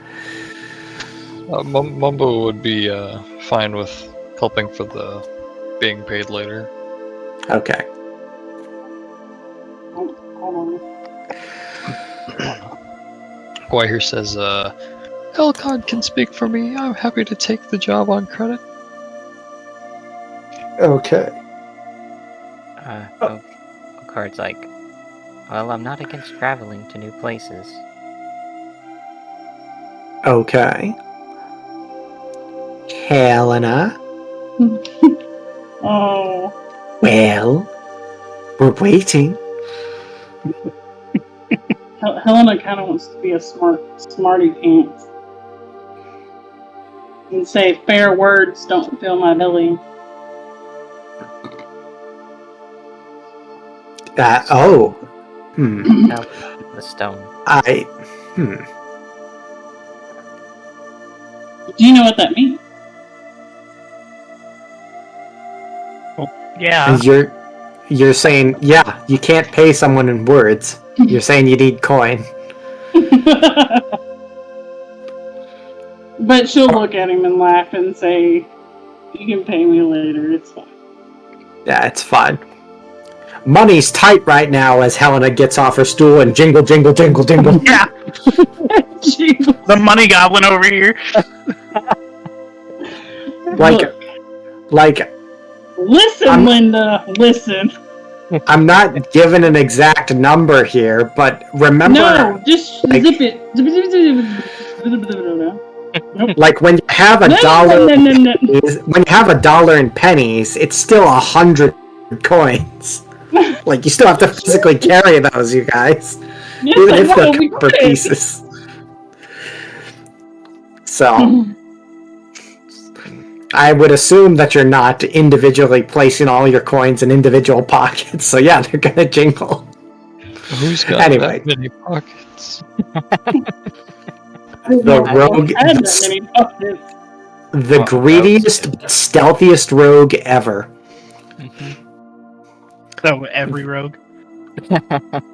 There are also magic items for that. It's called Yeah, the Cloak of magic Helpful Items, and it's awesome. Anyway, as Robin kind of has a hesitancy to kind of what you're saying before you kind of reveal that it's no big deal, he just says, "Oh, okay. Well, there might be something I could let you. And he kind of like falls into like a little bit of a thought for a moment, and he's just like, well, there might be something I could let you have, one of you have for the time being. It might be able to help you on your way, our way to Duskhaven, and if I will properly give it to one of you, and if I fail to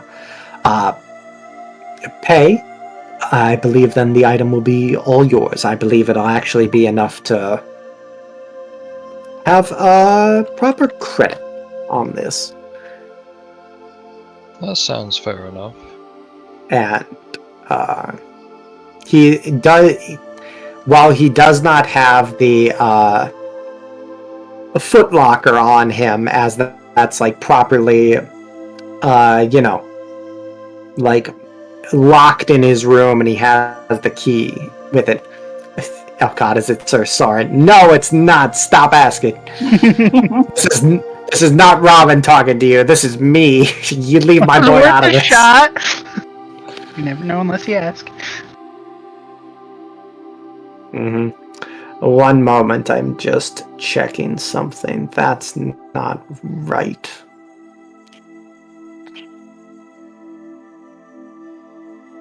Ew. Or is that? No, come on. Hold on, guys. I need to check something properly. Because I know I had this listed somewhere. D&D Beyond.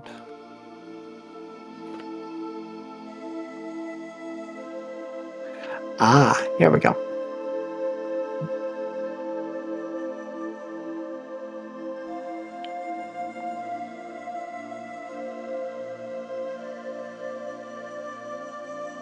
So as he kind of like falls into this contemplation and starts digging through his bag, he actually looks to all of you, Robin does, and just says, so, and he starts like kind of mumbling to himself. He's like, okay, so that's about well, I've made this trip before from Yanrel to Duskhaven. That's, modestly, that's about 3.5 weeks, almost a month. There'd be food, there'd be just the time, water, time on the... And then he just kind of turns to all of you. So, food and everything else aside, how much would you all actually be... How much would you need in total for your party? So I'm asking you guys, like... Yeah, you'll split... Assuming you'd split it up amongst the 5 of you. How much are you asking for? And just FYI, this isn't a blank check. You put too many commas in there, he's definitely going to be like, I'll be fine on my own.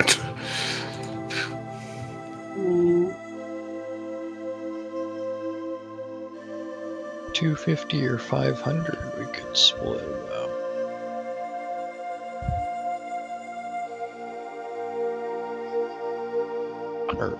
Elcod, not knowing anything about money, is just gonna straight up ask Robin, what do you think's a fair number? It's a month there and back. What's your rate? What's your budget? What's your rate? What's your budget? No? Look, I've never escorted anyone in my life. That's why I'm asking him, what do you think's a fair price is? For us to travel 2 weeks there, 2 weeks back, all that good stuff. So, okay, so somebody... Okay, so, Elcott asked that. have them take the job on credit. Maybe if we start at 500, can be open to haggling down to 250. And Mumbo, you're saying 300 to 600? To give us a little bit more. Well, he's asking for like Okay. a total. He's asking for like a significant number here. Didn't I'd say Mumbo like- just say he doesn't care about money, and he's like, we need more money? I need more. Well, how about we do 500 and it's 100 apiece for them? Right. So.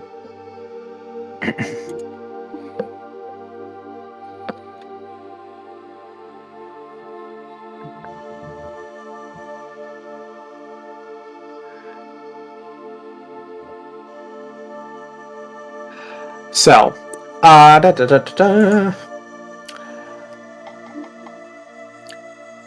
there are, you guys will see as, so what number are you guys going with here? Just give me one number. I'd recommend going on the high end. So as you guys say, like 600 here is the highest number I'm hearing. Let's say 800 and see if he says anything. 800, well, let me kind of regards for a moment and say, I think I could do 800, 5 bodyguards for a month.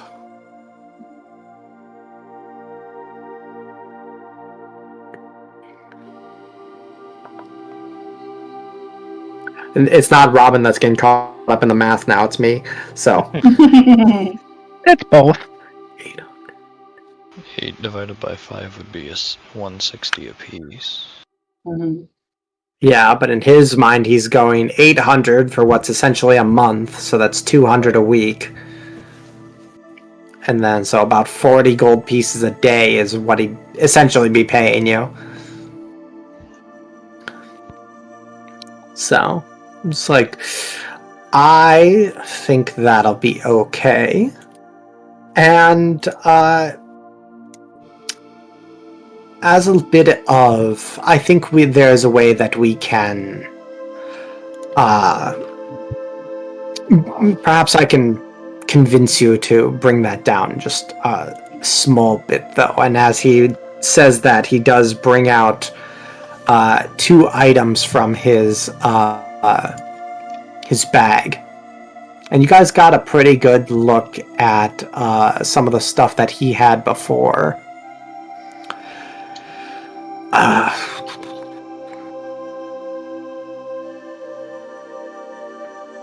This is not right.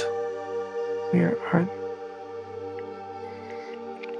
So, and he does bring out one of the stones from his backpack. This is not the one that you guys figured out was causing all the issues. So Helena, calm down.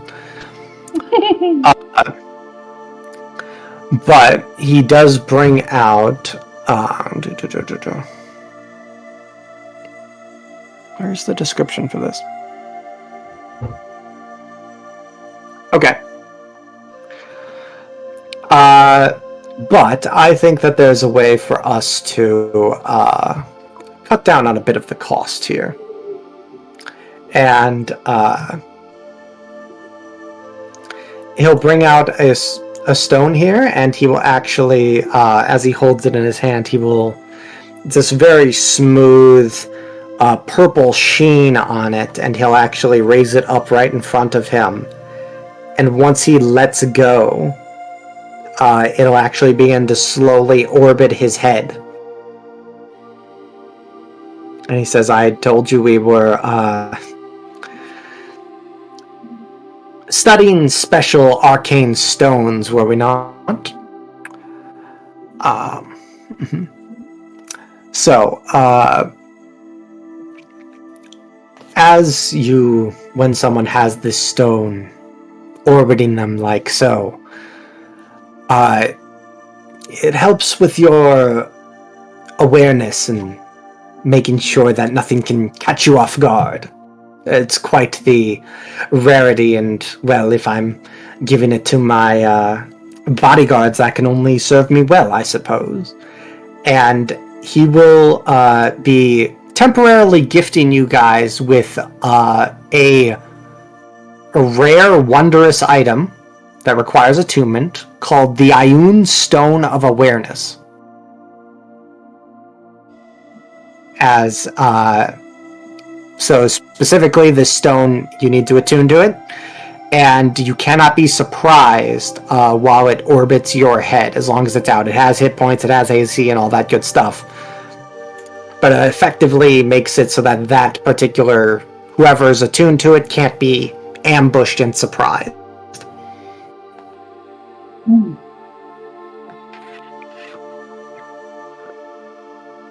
So, as he grabs it, and, he kind of just puts his hand slowly in the way there and brings it down and keeps it from orbiting his hand, it's like, unfortunately, it is a little fragile, and as you just saw, it can be yanked away from you, but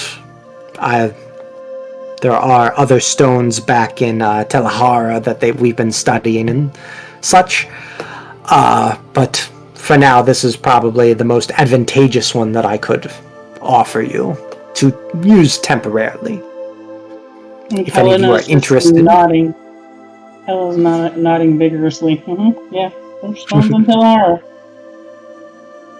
Oh, you're responding to that part. I thought you were just like, oh my god, a stone that makes it so that you can't be ambushed? That's awesome. No. So, Doesn't surprise her that there's a stone like that at all. okay. Yep. So, as he places that back in its bag, he's like, so if any of you would be, I'm sure we could, what did you guys say, 800 before? He's like, I think that Yeah. we can use that as proper insurance for now. I'll hand that over to any of you that are interested, if there are. And he's like kind of holding his hand out like, yes, no, maybe so. Okay. Aren't you a barbarian? Don't you already have that? Or is that just the alert feat? I don't have anything like that. Oh, okay. Just making sure. Alright, so he's basically saying that he'll use that as the insurance, and then once you guys get to Dusk Haven, you can essentially take that back. Or he'll take it back, and then he'll, pay you properly. But if you guys really like it, you might be able to convince him by the end of the journey that that is payment enough. Of course, that would just mean that essentially only one person would get a reward for the job. Exactly. So, choices. Beyond that, he says, I think that's a perfectly acceptable amount. But I think we can figure it out as everything goes on. We'll see how everything goes. I personally think that we'll be able to handle anything that we come across, and the only thing that really is a threat to me is, well, apparently a shard, but beyond that is people who engage me in close quarters combat. Put a bit of distance between us, and there's not a whole lot anyone else can do against me. And he kind of like doesn't stick up his nose in like a I'm better than you way. It's just like I'm very proud of what I can do, but you guys have never seen what he can do, so you have no frame of reference for that. So, but yeah, Robin is confident that with his magic returned and 5 newly hired bodyguards here, that you guys can... Are you doubting, Helena? Yeah, she raises her eyebrow and I'm like, Well, he's too tall to actually see it go up, so... Ouch! So... Also, he has like his chin and his nose towards the ceiling, so he literally doesn't see it. So, as he kind of just like, I'm sure we'll be perfectly fine. Now then, and as you all kind of have clean plates, he's just like, I believe it is time for us to retrieve my... And he looks over at Gwahir and he's like, my new footlocker, and I believe the Fey Emporium will be open at this point.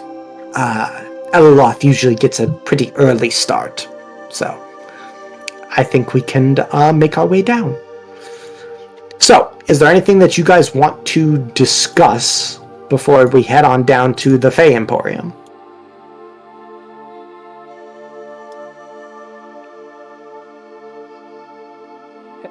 Hey, what?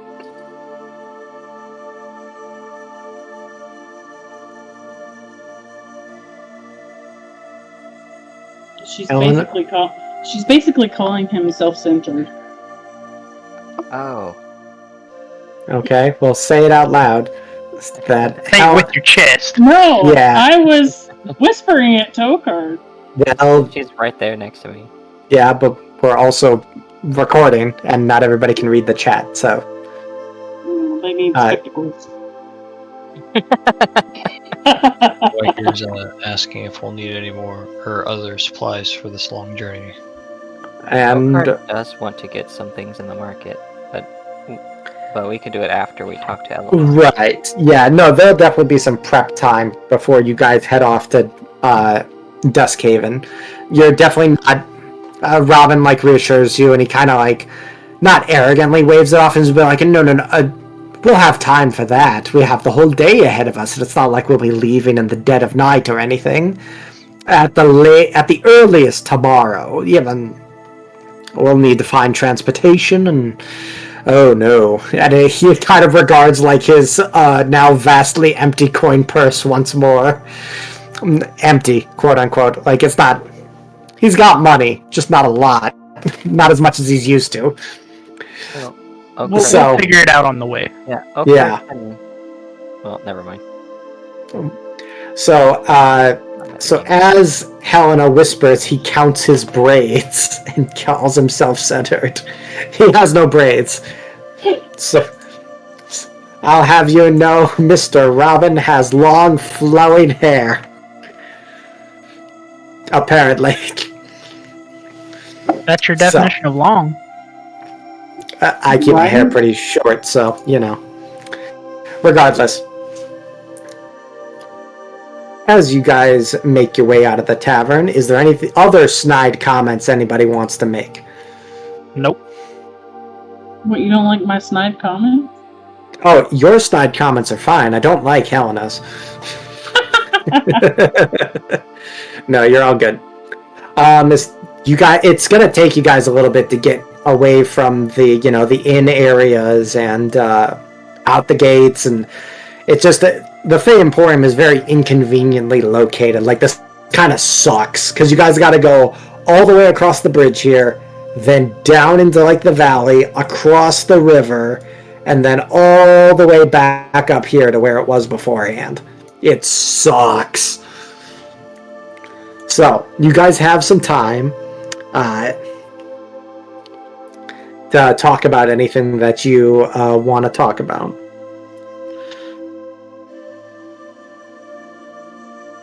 I just have a question. What is this?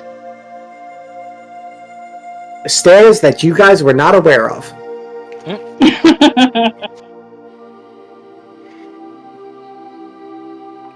I'm just literally curious because there's this over what stairs? here. What are we talking about? Yeah, so I saw it peeking out behind me, and I was like, "What is that?" There's no stairs. I don't know what you're talking about. Oh. Could we ask Robin if there's a better way? Robin didn't know either. He just led you guys across the bridge, and you followed.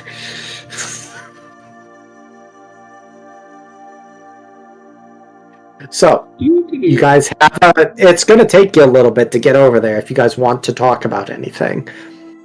Also, totally canon, they probably charge a toll on those steps or something. I don't know. Robin didn't know when he had led you guys across the bridge.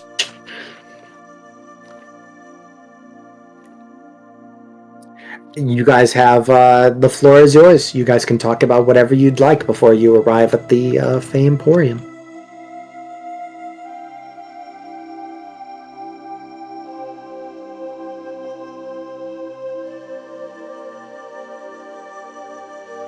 So what's everyone gonna do with their money?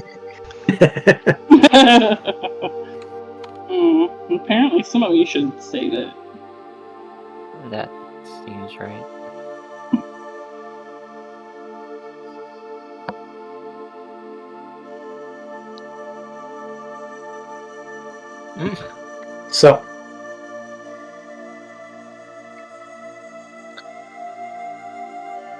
So, as you guys continue to make your way down, in a very awkward silence, I might add, there is one point where you guys do come across the stairs here, and you all just like collectively slap your foreheads like, "Damn it!" Thankfully, it does turn out a little for the best because you guys at the bottom of the stairs do in fact notice a toll booth of sorts. And when I say toll booth, I don't mean an actual toll booth. There are a lot of people hanging around the steps that are not going up them, and you get the vibe that they may be gang members that charge people to use the steps. Uh-oh.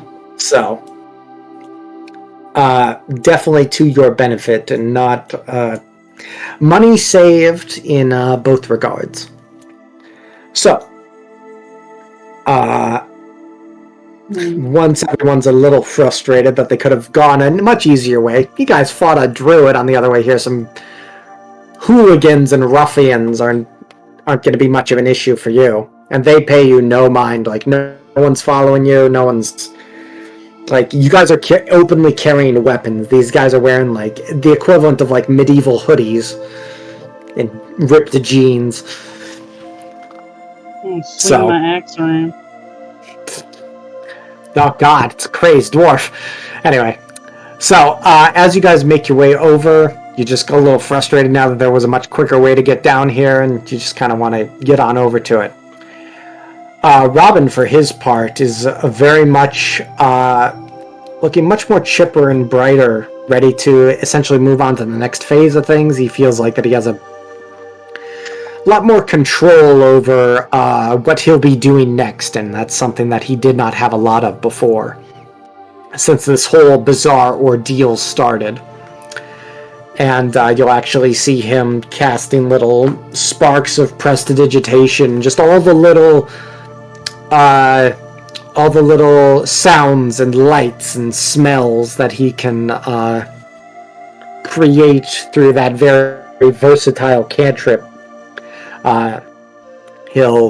There are little the scent of wax candles wafts through the air, as well as like autumn leaves and pie and a whole bunch of other things that he's just kind of gone through and just kind of ignite memories within a few of you. As you guys eventually he kind of tapers off with some of that, and you guys eventually make your way over to the Fey Emporium stall, where it is indeed open once more. And you guys see the wood elf Eliloth, just as she was behind the counter here.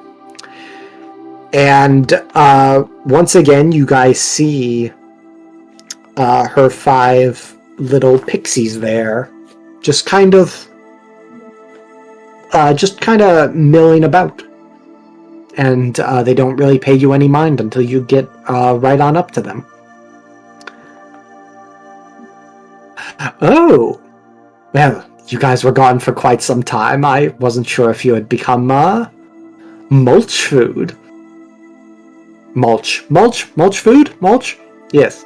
Oh, sorry, just a little bit of wood elf humor. Welcome back. How are you? Good, how are you? Right as rain, I suppose. So how'd everything go? I see you have a few sacks of things. I'm sorry, I interrupted you. What'd you say? Oh, Mumbo's going, we got to fight some trees. Trees. Oh, yes, no, treants can make more, that is, yep, that's what they do. That tracks. So, did you find what you were all looking for my good friend Robin here?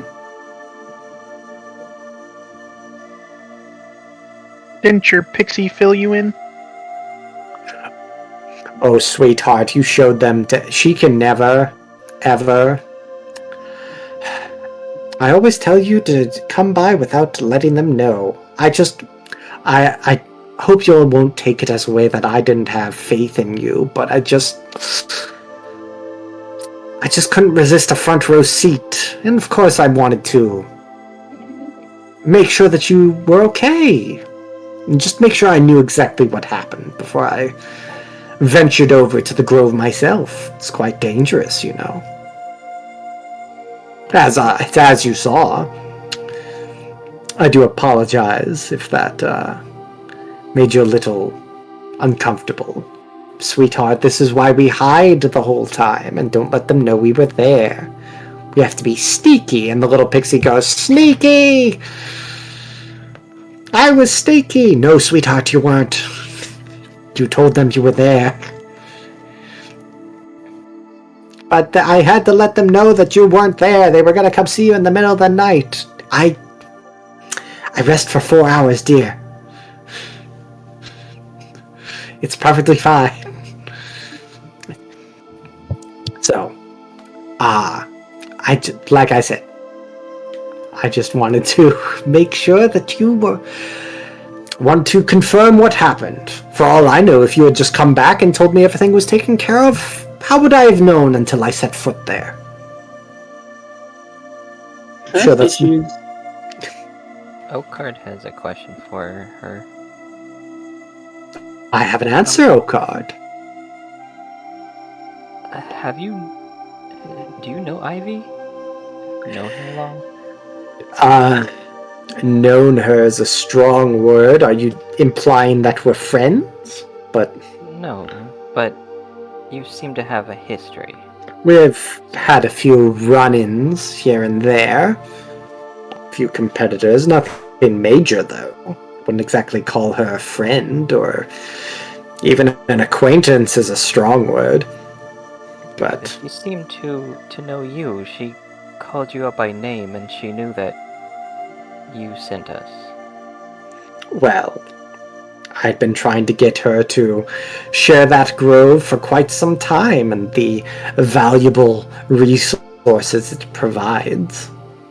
But the treant was proving a bit more difficult for me to handle on my own.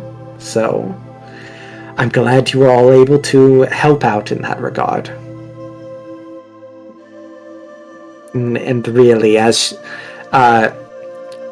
she looks past you, Oakard, and over to Elcod, isn't it much better that we have those resources going around to everyone, as opposed to being hoarded by somebody? I mean, I'm certainly not going to set up a treant in those areas. It's too much trouble. How long was your pixie there? Yes. The whole time, Yes. it seems. It is much better to share resources, but also not to overtake. Well, of course not, dear. With I know that, that if I take too much, that grove will be ruined, and I'll have to find a new one. There's no issue. You don't have to worry about me keeping the balance there. Wood elf, I know how that sort of thing goes. So, what you guys were able to find a few things. She told me, the little one here, and she'll pat the pixie on the head, she were able to find a few things beyond. And so Robin has been looking at this whole thing and is like, what the hell's going on? Like, he doesn't actually cuss or anything, but he's just like, there's a lot of stuff I was not told about, apparently. So, Something could have been else there. earlier. Oh yeah, Oakard wants to hand over the stuff that he picked up in the grove. Okay, so I take it you guys hand over everything for the sleepy time potions as well as the extra stuff, correct? I'm gonna look at Gwai here. You got anything to hand over? Okay, let me get to my list here. And while you're doing that, I will ask if she knows of any cheap passage to Robin's home that we could.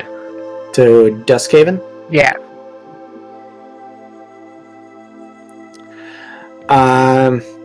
Well, she says, well, I deal in specialties, as she holds up one of the empty potion flasks that you guys will soon have, as she's kind of going through all the different herbs in the piles and separating them, making sure they don't get crossed over or anything. It's like, oh, okay, this is good. I don't venture too far from Yanrel usually, but Robin, I think you would know that trail a bit better. And he says, yes, but I tend to stay on the trail. I let sellswords and such go through the places that don't have paths at all, and let their efforts bring back much of this stuff. Much of the, well, that's not entirely true, but any battles that I have taken part of have been usually well prepped and haven't exactly caught me off guard. There's been a target, we've gone there and found it, and as far as shortcuts and such, I don't believe I have any for you. Eloth? And she's like, oh, I'm sorry, dear.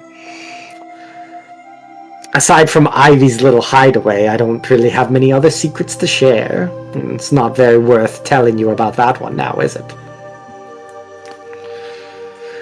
So, and at this point she has finished kind of separating all the herbs here and has looked them over and says, well, I've got good news and bad news for you. The good news is I believe that we have enough of our primary two here, the herbs that you guys were initially sent to go and gather to help Robin. And she says, well, the good news is we definitely have enough for multiple potions of that. The bad news is I don't think we'll have enough for the full month that it usually takes people to make their way to Duskhaven. I could maybe make you enough for a week or two, depending on how this goes as I brew everything up. The other bad news is that I'm and she looks at she just kind of gestures to her little stall, and she's you'll probably have to go back into the city proper and to the marketplace to get some general supplies. I deal in specialties, not the general stuff. So I'm going to figure out exactly how many potions she's made for Robin, and then we'll get into the fun stuff for you guys. So, you guys have definitely been able to gather enough to where she's going by the typical length, and this is why it was important to discuss it earlier, because normally people make that trip in 3.5 to 4 weeks, depending on how quickly they're going. She obviously doesn't know that Helena is capable of assisting the group and cutting down on that time.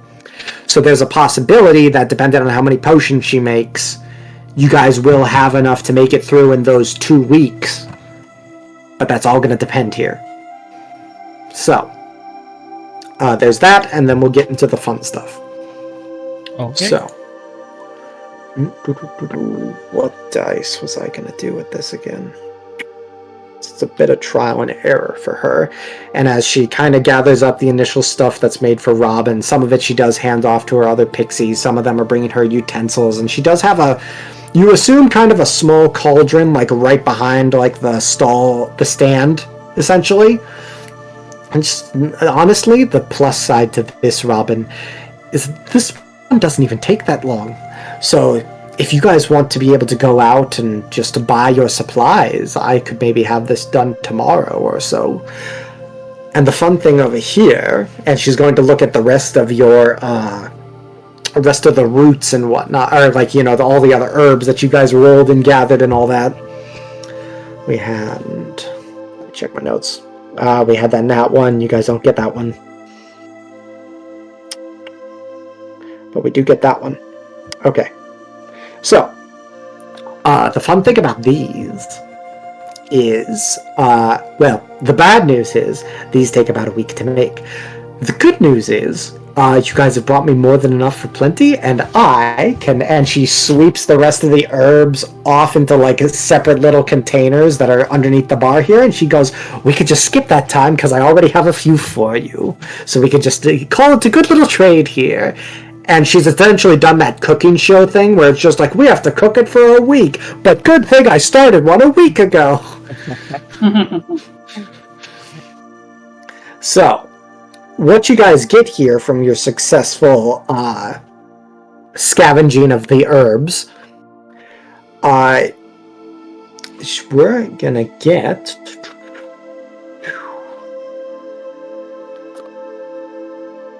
Even was... Okay, we're gonna do this minus 3, I think. Okay, so you guys get 18 potions. The sleepy time ones for Robin. So in theory, you'll be able to guarantee and knock him out for 18 days. And obviously, we can have you guys go around and gather some supplies, and we'll subtract that from your cost later on.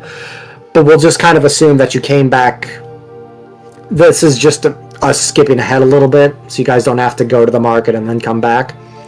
But she's got 18 of those for you, and you can, in theory, knock Robin to Dreamland for 18 nights with guaranteed no issues from the shard. The way that things have been going. Now, on to the fun stuff that you guys get. We're going to see how well she can do this, because this is going to be -1. Ooh, okay. So, I forget who it was. I want to say Ocard was going for that little, it was this combination of like a fruit and a flower and such. You guys actually get, in exchange for, there's a little, the herbs that she gave you guys, she actually ends up giving you guys 3 potions of fire breath, of like dragon's breath, fire specifically. And it was a D4 -1, so there was a chance that if she scored a 1 on it, that, well, I'm sorry, I went back and forth on the methods. I was going to have it that she cooked up your herbs and had a chance to fail, but I'm screwing up my methods here. She's essentially doing a trade for the herbs that you gave her. So it's this. In this case, it's actually how many of those potions she has in stock. So if she didn't, you guys would kind of miss out on those exact herbs and maybe get something else, but a singular potion of something else. So there's that. And then this is going to be -2. So we're going to see for this next one. 3, okay. Unfortunately, that means you guys are only going to get one of these next potions. And say, unfortunately, I only have one of the others. She looks down at the roots that you guys carved from the large tree. And she's going to pull out this larger potion, where the other ones are like a lighter shade of orange with some of the recognizable herbs floating in the middle. This one is a deep red and sizably larger. Like, it's the difference between a cup and a mug. And she puts it down on front of you guys and goes, she hands over a potion of fire resistance. So you guys can, that's a single use where you guys can gain resistance to fire for, I forget the exact duration, but you'll be able to do that. And then, let me roll one thing here. Because she said, and since you're all just, I know, and she kind of will pet one of her pixies heads. And since you're being all such good sports about it, I think we can throw in just a little something else to help you get my good friend Robin over just back home for him, you know? And she will pass on over 4 common potions of healing for you guys. And she'll just kind of bring that all down and say, I appreciate your help in my future business. Hopefully everything goes well enough now, and I'll be able to move back into the city proper. More foot traffic that way. You don't have to deal with those thugs on the stairs. I am feeling slightly targeted by these potions. Because they're of no help to you, Quiet here. I was confused at is that how many potions total or per person? No, she is not giving you like 4 potions per person. So Okay. this is a total. Totally. So there were 3 potions of fire breath, 1 potion of fire resistance, and 4 basic healing potions.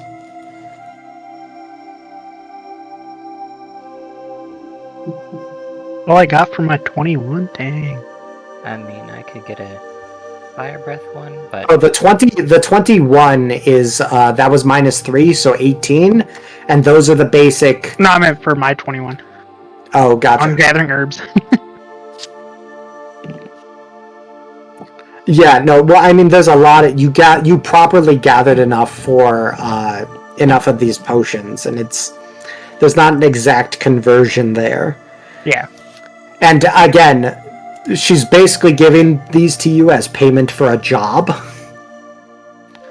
Well, actually, no, that's also true. She was giving you some of the potions for a job. Well, actually, no. The ones for Robin are the payment for the job. These ones are just fun extra. So.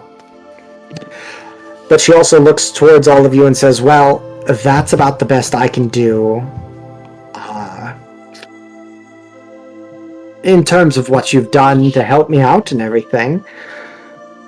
If you're looking for anything more so, I might be able to help you, but the best I'd be able to do from there would be to offer a very generous discount on things. She kind of winks at all of you. Is there anything else that you're looking for that's interested? Fiery one, you're looking a bit disappointed in things.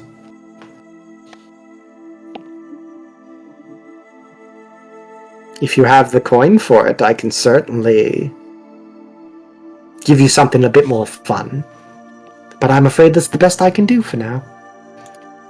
Can I grab the fire resistance potion and... So yeah, so I will list it all out for you guys here in the voice chat. Okay. Can I grab the fire resistance potion and hand it to Guy here? Yeah. I'm going to say you guys to are him... going to have to actually divide this up and add it to your inventory so that you know that you have it and who has it. So... So yeah, that's 3.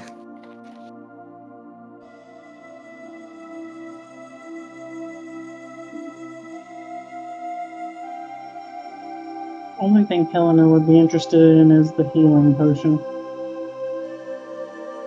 Yeah, because with the resistance from the totem. Yep. So, here's the list for you guys. 18 sleepy potions for Robin, 3 fire breath potions, 1 fire resistance potion, and 4 common healing potions.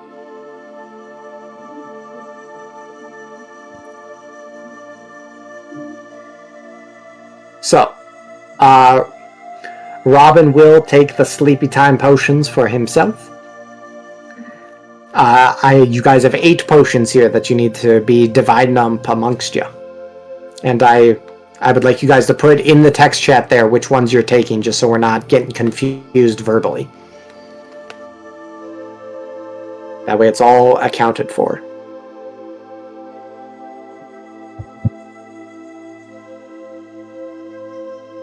Don't everybody speak up at once now.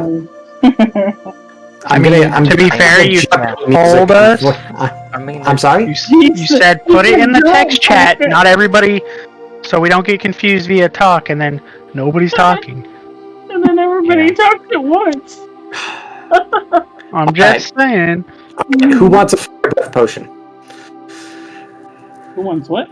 Fire Who breath. wants a 3 fire breath potion? Who wants them? I have no use for them. What do you mean? You can't breathe fire. Yeah, it lets you breathe fire. Mumble will I take have one. no use for it. Figured Mumbo would take one. Mumble will take the fire breath. So, Helena's not. okay. Helena's not big on magic things. You want all Okay. 3 or you want to split them? So just mark it. Does Elcod want one too? No, he doesn't want any of the potions. Not even a healing? No. Okay, I'll take a healing for sure. Yeah, I'll take it from one. I was gonna make a joke with the fire resistance potion, but yeah.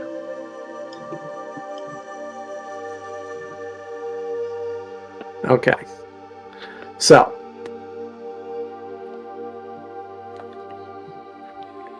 All right. You are No, you're not. God. Can't. No, you're not. Sorry. Beard. You're not doing that. Anyway, so we can sort that out afterwards. For now, you guys have 3 fire breath potions among you, 1 fire resistance potion, and 4 common healing potions. Is there anybody here that wants to take Elaloth up on her offer of discounted potions if there's anything else you're looking for? How much that discount is probably matters on how much you know about how much potions cost. Do you have any greater healing potions?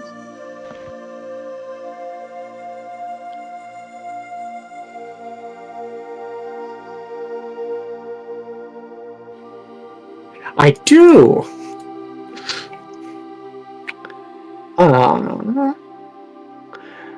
So tell me something, sweetheart. Do you have 200 gold pieces on you?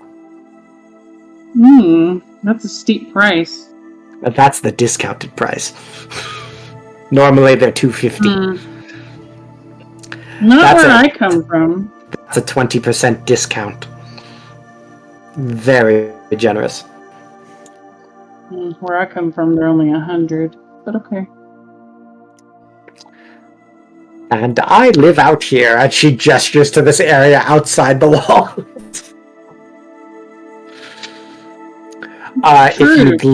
If you'd like, it'd be a difficult DC, but there's a chance you could persuade her to give a discount down to 100. I'm telling you right now, it's not impossible, as we saw earlier, but I will also remind you, your con save was a 2 plus a 6.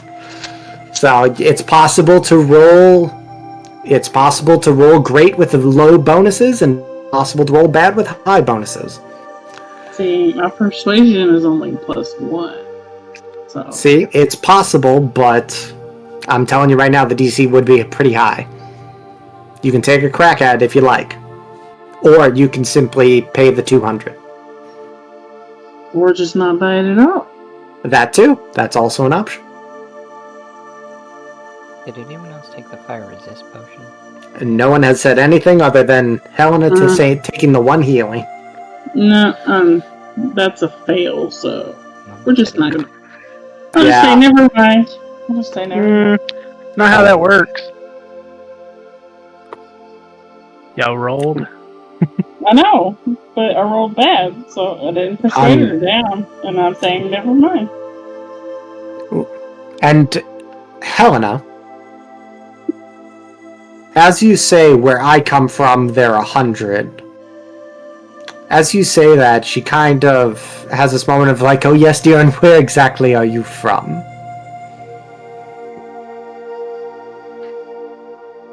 Where do they have such low prices? I'd actually love to buy some from there and upsell them here. If they have them on the Actually, cheap. not far from here, Oakenspire. Oh, delightful. I've been there a few times, just not too often. Hung around the woods and on the outskirts out there. Of course, that was before I had all this, and she once again like extravagantly refers to the stall, and of course that was before I had these little bark biters to take care of, referring to her 5 pixies. So she says, it's a shame we can't do business today, but perhaps I'll pay them a visit at some point. And she just kind of... anybody who was paying attention would kind of just see like at where she's from. You just have this moment where she like tilts her head and is just kind of lost for a moment. Like there's no maliciousness, there's no alternative intent. It's very clearly like her trying to put a puzzle piece together blindfolded. She's like, wait a minute, I'm very confused right now. Like where? Well, whatever. Money! And then she's like, oh, okay. So, it's a real shame, and she'll put the greater healing potion back with the others. She actually hands it off to one of her pixies, and as soon as Eloloth lets go, the pixie drops down like a solid 2 feet in the air and almost drops it. But they got it, and they get it back on the shelf. But it was like a Tom and Jerry level close call. So, she's like, anyone else? Or are you looking for basic cures to wounds and ailments? Or are you looking for something a bit more fun? Like these ones. And she kind of like rustles the fire-breathing potions and the resistance that nobody has touched yet. Nobody has put them away. No one was the resistance. What was that?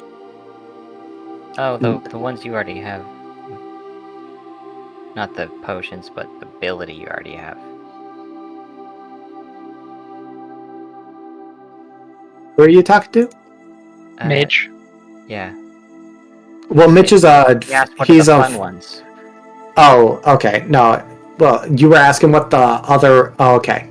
Oh, okay. I thought you were asking about like what Mitch already had, and I'm like, he's a fire-breathing dragonborn, so he's got resistance to fire already. So,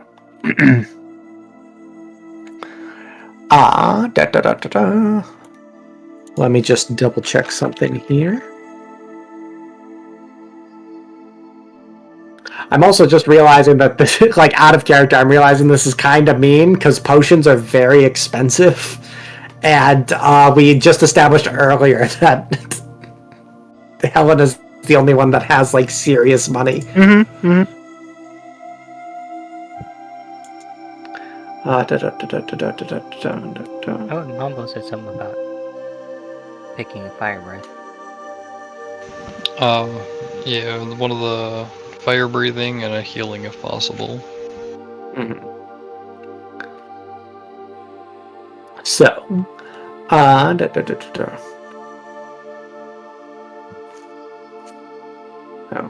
not that one. Getting this all mixed up here. I do have...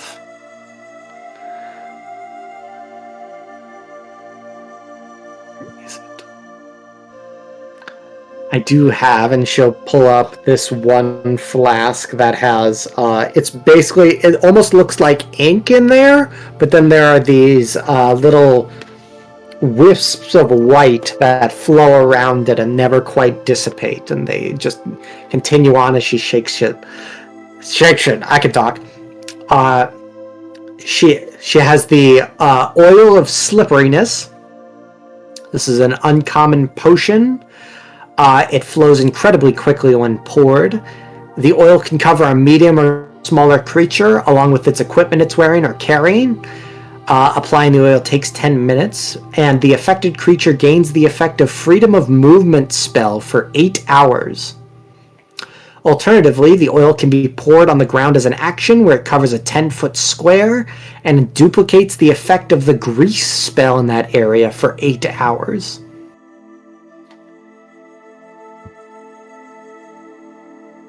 I hardly got what it was called. It's called the Oil of Slipperiness. So if you pour it on a creature, they gain the advantage of freedom of movement. So when that happens, the target's movement is unaffected by difficult terrain, and spells and other magical effects can neither reduce their speed or cause the target to be paralyzed or restrained. And the freedom of movement spell typically lasts for 1 hour. If you apply the oil in this way, it'll last for 8. Or, and alternative to that, you could also just pour it on the ground and duplicate the grease spell, which is something that causes creatures to make dex saves or fall prone. And the grease spell is typically for 1 minute, where this potion is for 8 hours.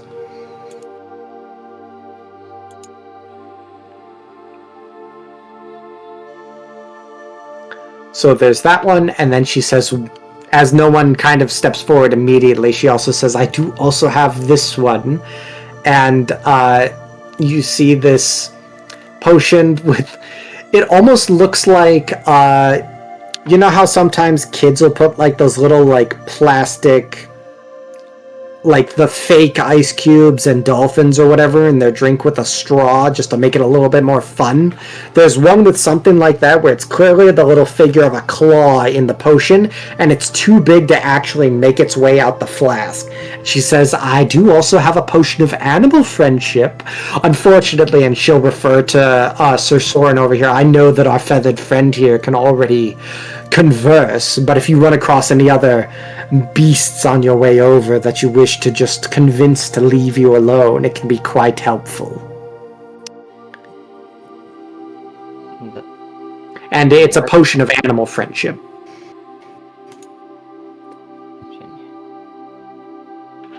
Which lets you just basically drink it, and then you can cast the animal's friendship spell for 1 hour at will.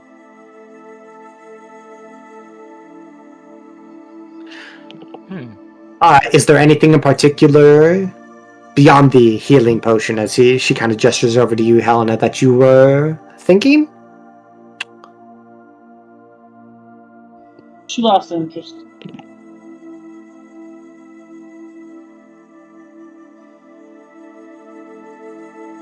Why here? Gwai says, out of curiosity, what's the rate for the oil of slipperiness? It's an uncommon potion. So, and it is a one-time use, and she did say that she was discounting it for you guys. So she said, oh. And she considers that Helena didn't take it up on that the offer of 200, and she'd be like, well, considering how much you've done for me, I think I could go down to perhaps 180 gold for this one. If you're interested.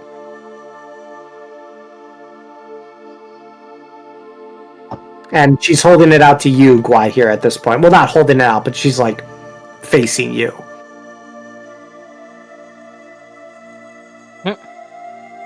No.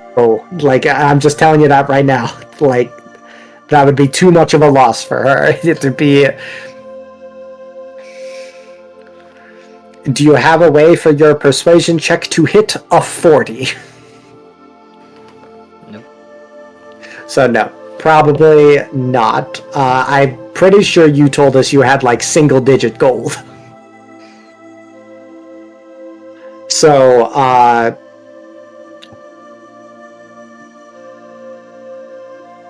probably not.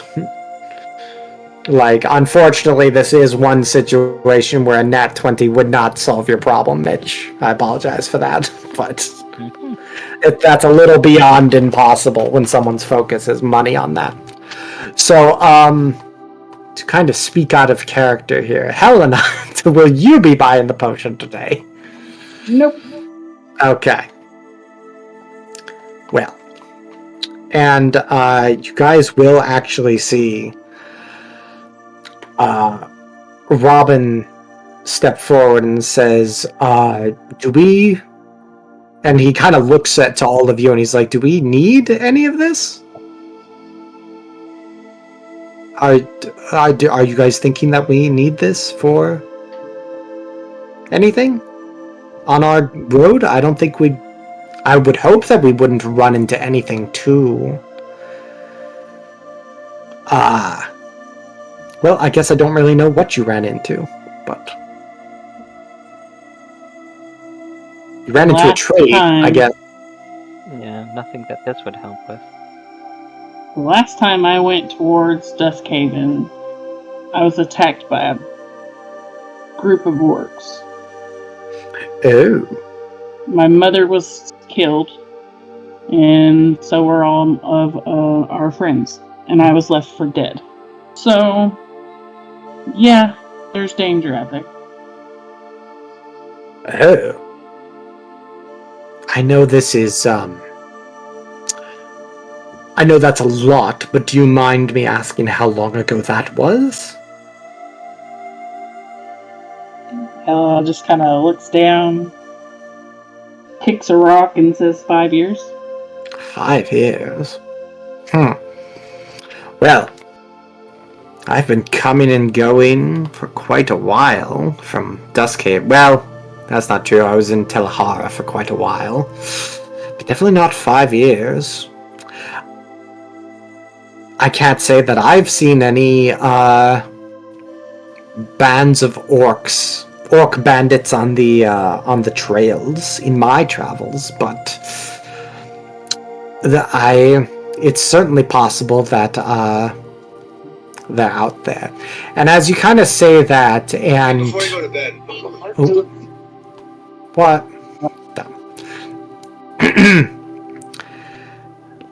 So as you kind of say that, and he kind of takes it into consideration, is just goes, ooh. He's like, I haven't seen any bands of them of late, but... Well, we did hear about harpies and such early, and those are just... Ooh. I guess Eloloth. Yes, you sweetheart. Oh, what's up? I was just gonna say, I guess you should consider yourself lucky. Ah. Oh. Eloloth. And she says, yes, sweetheart. What are we... I like that. I know that look in your eye. You've got an idea, don't you? She says, yes, why don't we have some fun? These 5... I don't know why you've been talking to these 5, actually. These 5 are newly under my employ. So, why don't you give them what they want, if they have anything of like that? Like an old friend. And as he turns to all of you, Robin looks at all of you and says, 800, I believe it was, yes? 800 coin? Gold? I think we can take a little bit off from there, don't you think? And Eloth, I think I can pay you back later. You know I'm going home and everything will be fine. And we've been in business together long enough that shouldn't be an issue. And she has this moment where Eloth's like,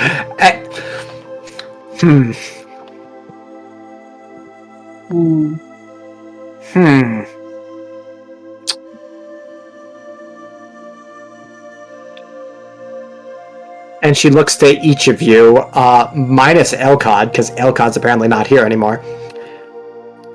Uh-oh. What do you...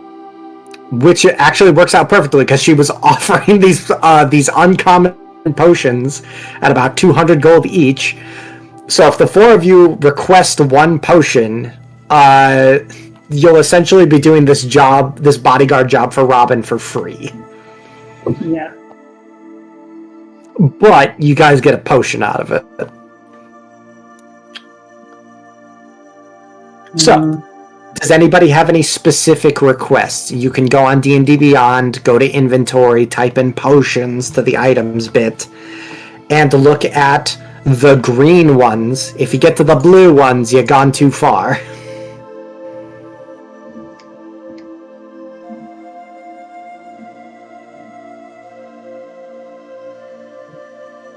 There are some that aren't quite on there, though, so you might have to do some additional little searching. Okay, Gwai here says they're not taking the deal. Yeah, the money might be better. Okay. So, but Okard has definitely... not Okard. Robin is definitely just trying to help you and guys, and he's basically saying, like, I'll pick up the tab if you guys need something that you think will be able to help us. If you're that worried and it's beneficial to you, I'll pick up the tab for it. And you get the sense... Elawat did also explain, it's like, I'm afraid that doing things on credit, Robin, and he's like, I know, there'll be an extra fee. I'll pay you fine. $350 is... I'll pay you back. It's fine. And if not, Sir Soren will show up. And he's like, and Sir Soren's like, we've talked about me being collateral. Like, what are you doing? So, is anybody interested? The Mumbo and Helena, it sounds like you guys would be the only people that haven't full-on backed out of the deal that Robin has offered for you. Well, my half of that 800 would be 160. So if you're willing to go down to 160, I would take that deal. It's... Oh, so you're saying deduce 160 from Robin... From what Robin would be paying you guys? Yes, get him to take my cut, and me take the greater potion for 160. And he kind of looks at you for a moment, that he's like, oh no, I was almost doing math wrong. No, okay. So, because he was about to say, like, you realized that I was saving you money, we were going to take 200 off, and then he doesn't want to admit it, but he realized he got confused with the numbers, and you're trying to make sure that you guys get more money in the end. So, I could do math. So it's just like, it sounds just fine to me. So that'll bring, so which potion are you taking here? Or do you did you do a search in... No, you just want that one. I want the greater healing. Because there are other ones on D&D Beyond if you guys want to take an ask for them. So, but yes, that'll mark down what Robin would be paying you guys from the 800. That would put it at 640. I'm gonna make a note of that because that's a very specific number.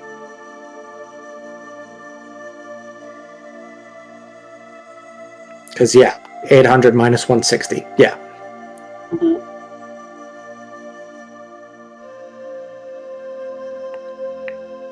Okay. So you want the greater healing potion? Yep. Okay. So, yeah, she says, and Eloth will look at you and says, all right.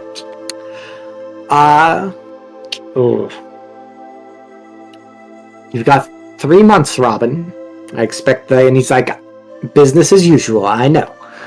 And they will take it to you. And this one, again, it's that comparison of a cup to a mug. There's a lot more to chug with the greater healing potion.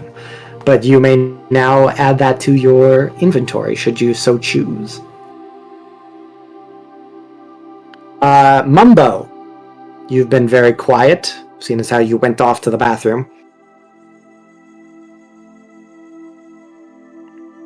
So, Mumbo's gonna probably back out of the deal. Okay. And then, it sounds like you gotta head on out early? Yeah. Okay. Well, that's good. We were just about to wrap this up, we're basically just going to go over you guys making sure that you get some supplies. We can take care of that at the beginning of next episode to for me to wring out more money from you guys, and we can handle the specifics then. But I just wanted to make sure that we handled everything here at the Fey Emporium, and that's just kind of the end of things there. So we're just gonna wrap that all up, and if you gotta jump out, don't let us keep you. So. All right. It was nice playing tonight. Yep. We will see you later. We're almost done here regardless. So there is one other thing that I'll let you just kind of send off on. Actually, no, this is actually where I will, because it's you were the last person, so that actually wraps up everything here. You guys have reported in a job well finished and resources gathered. Some of the special ones anyway. Some basic necessities do need to be gathered for your trip, your new decision to go to Duskhaven. Escorting Mr. the Wizard, Robin, the full way back home.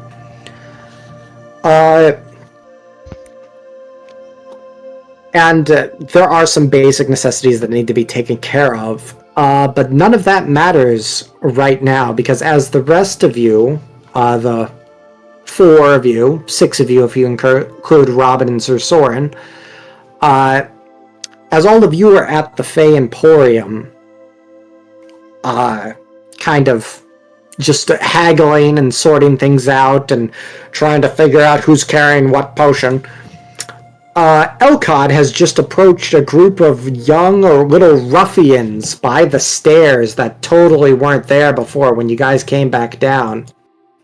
Oh, where is it? It's down here.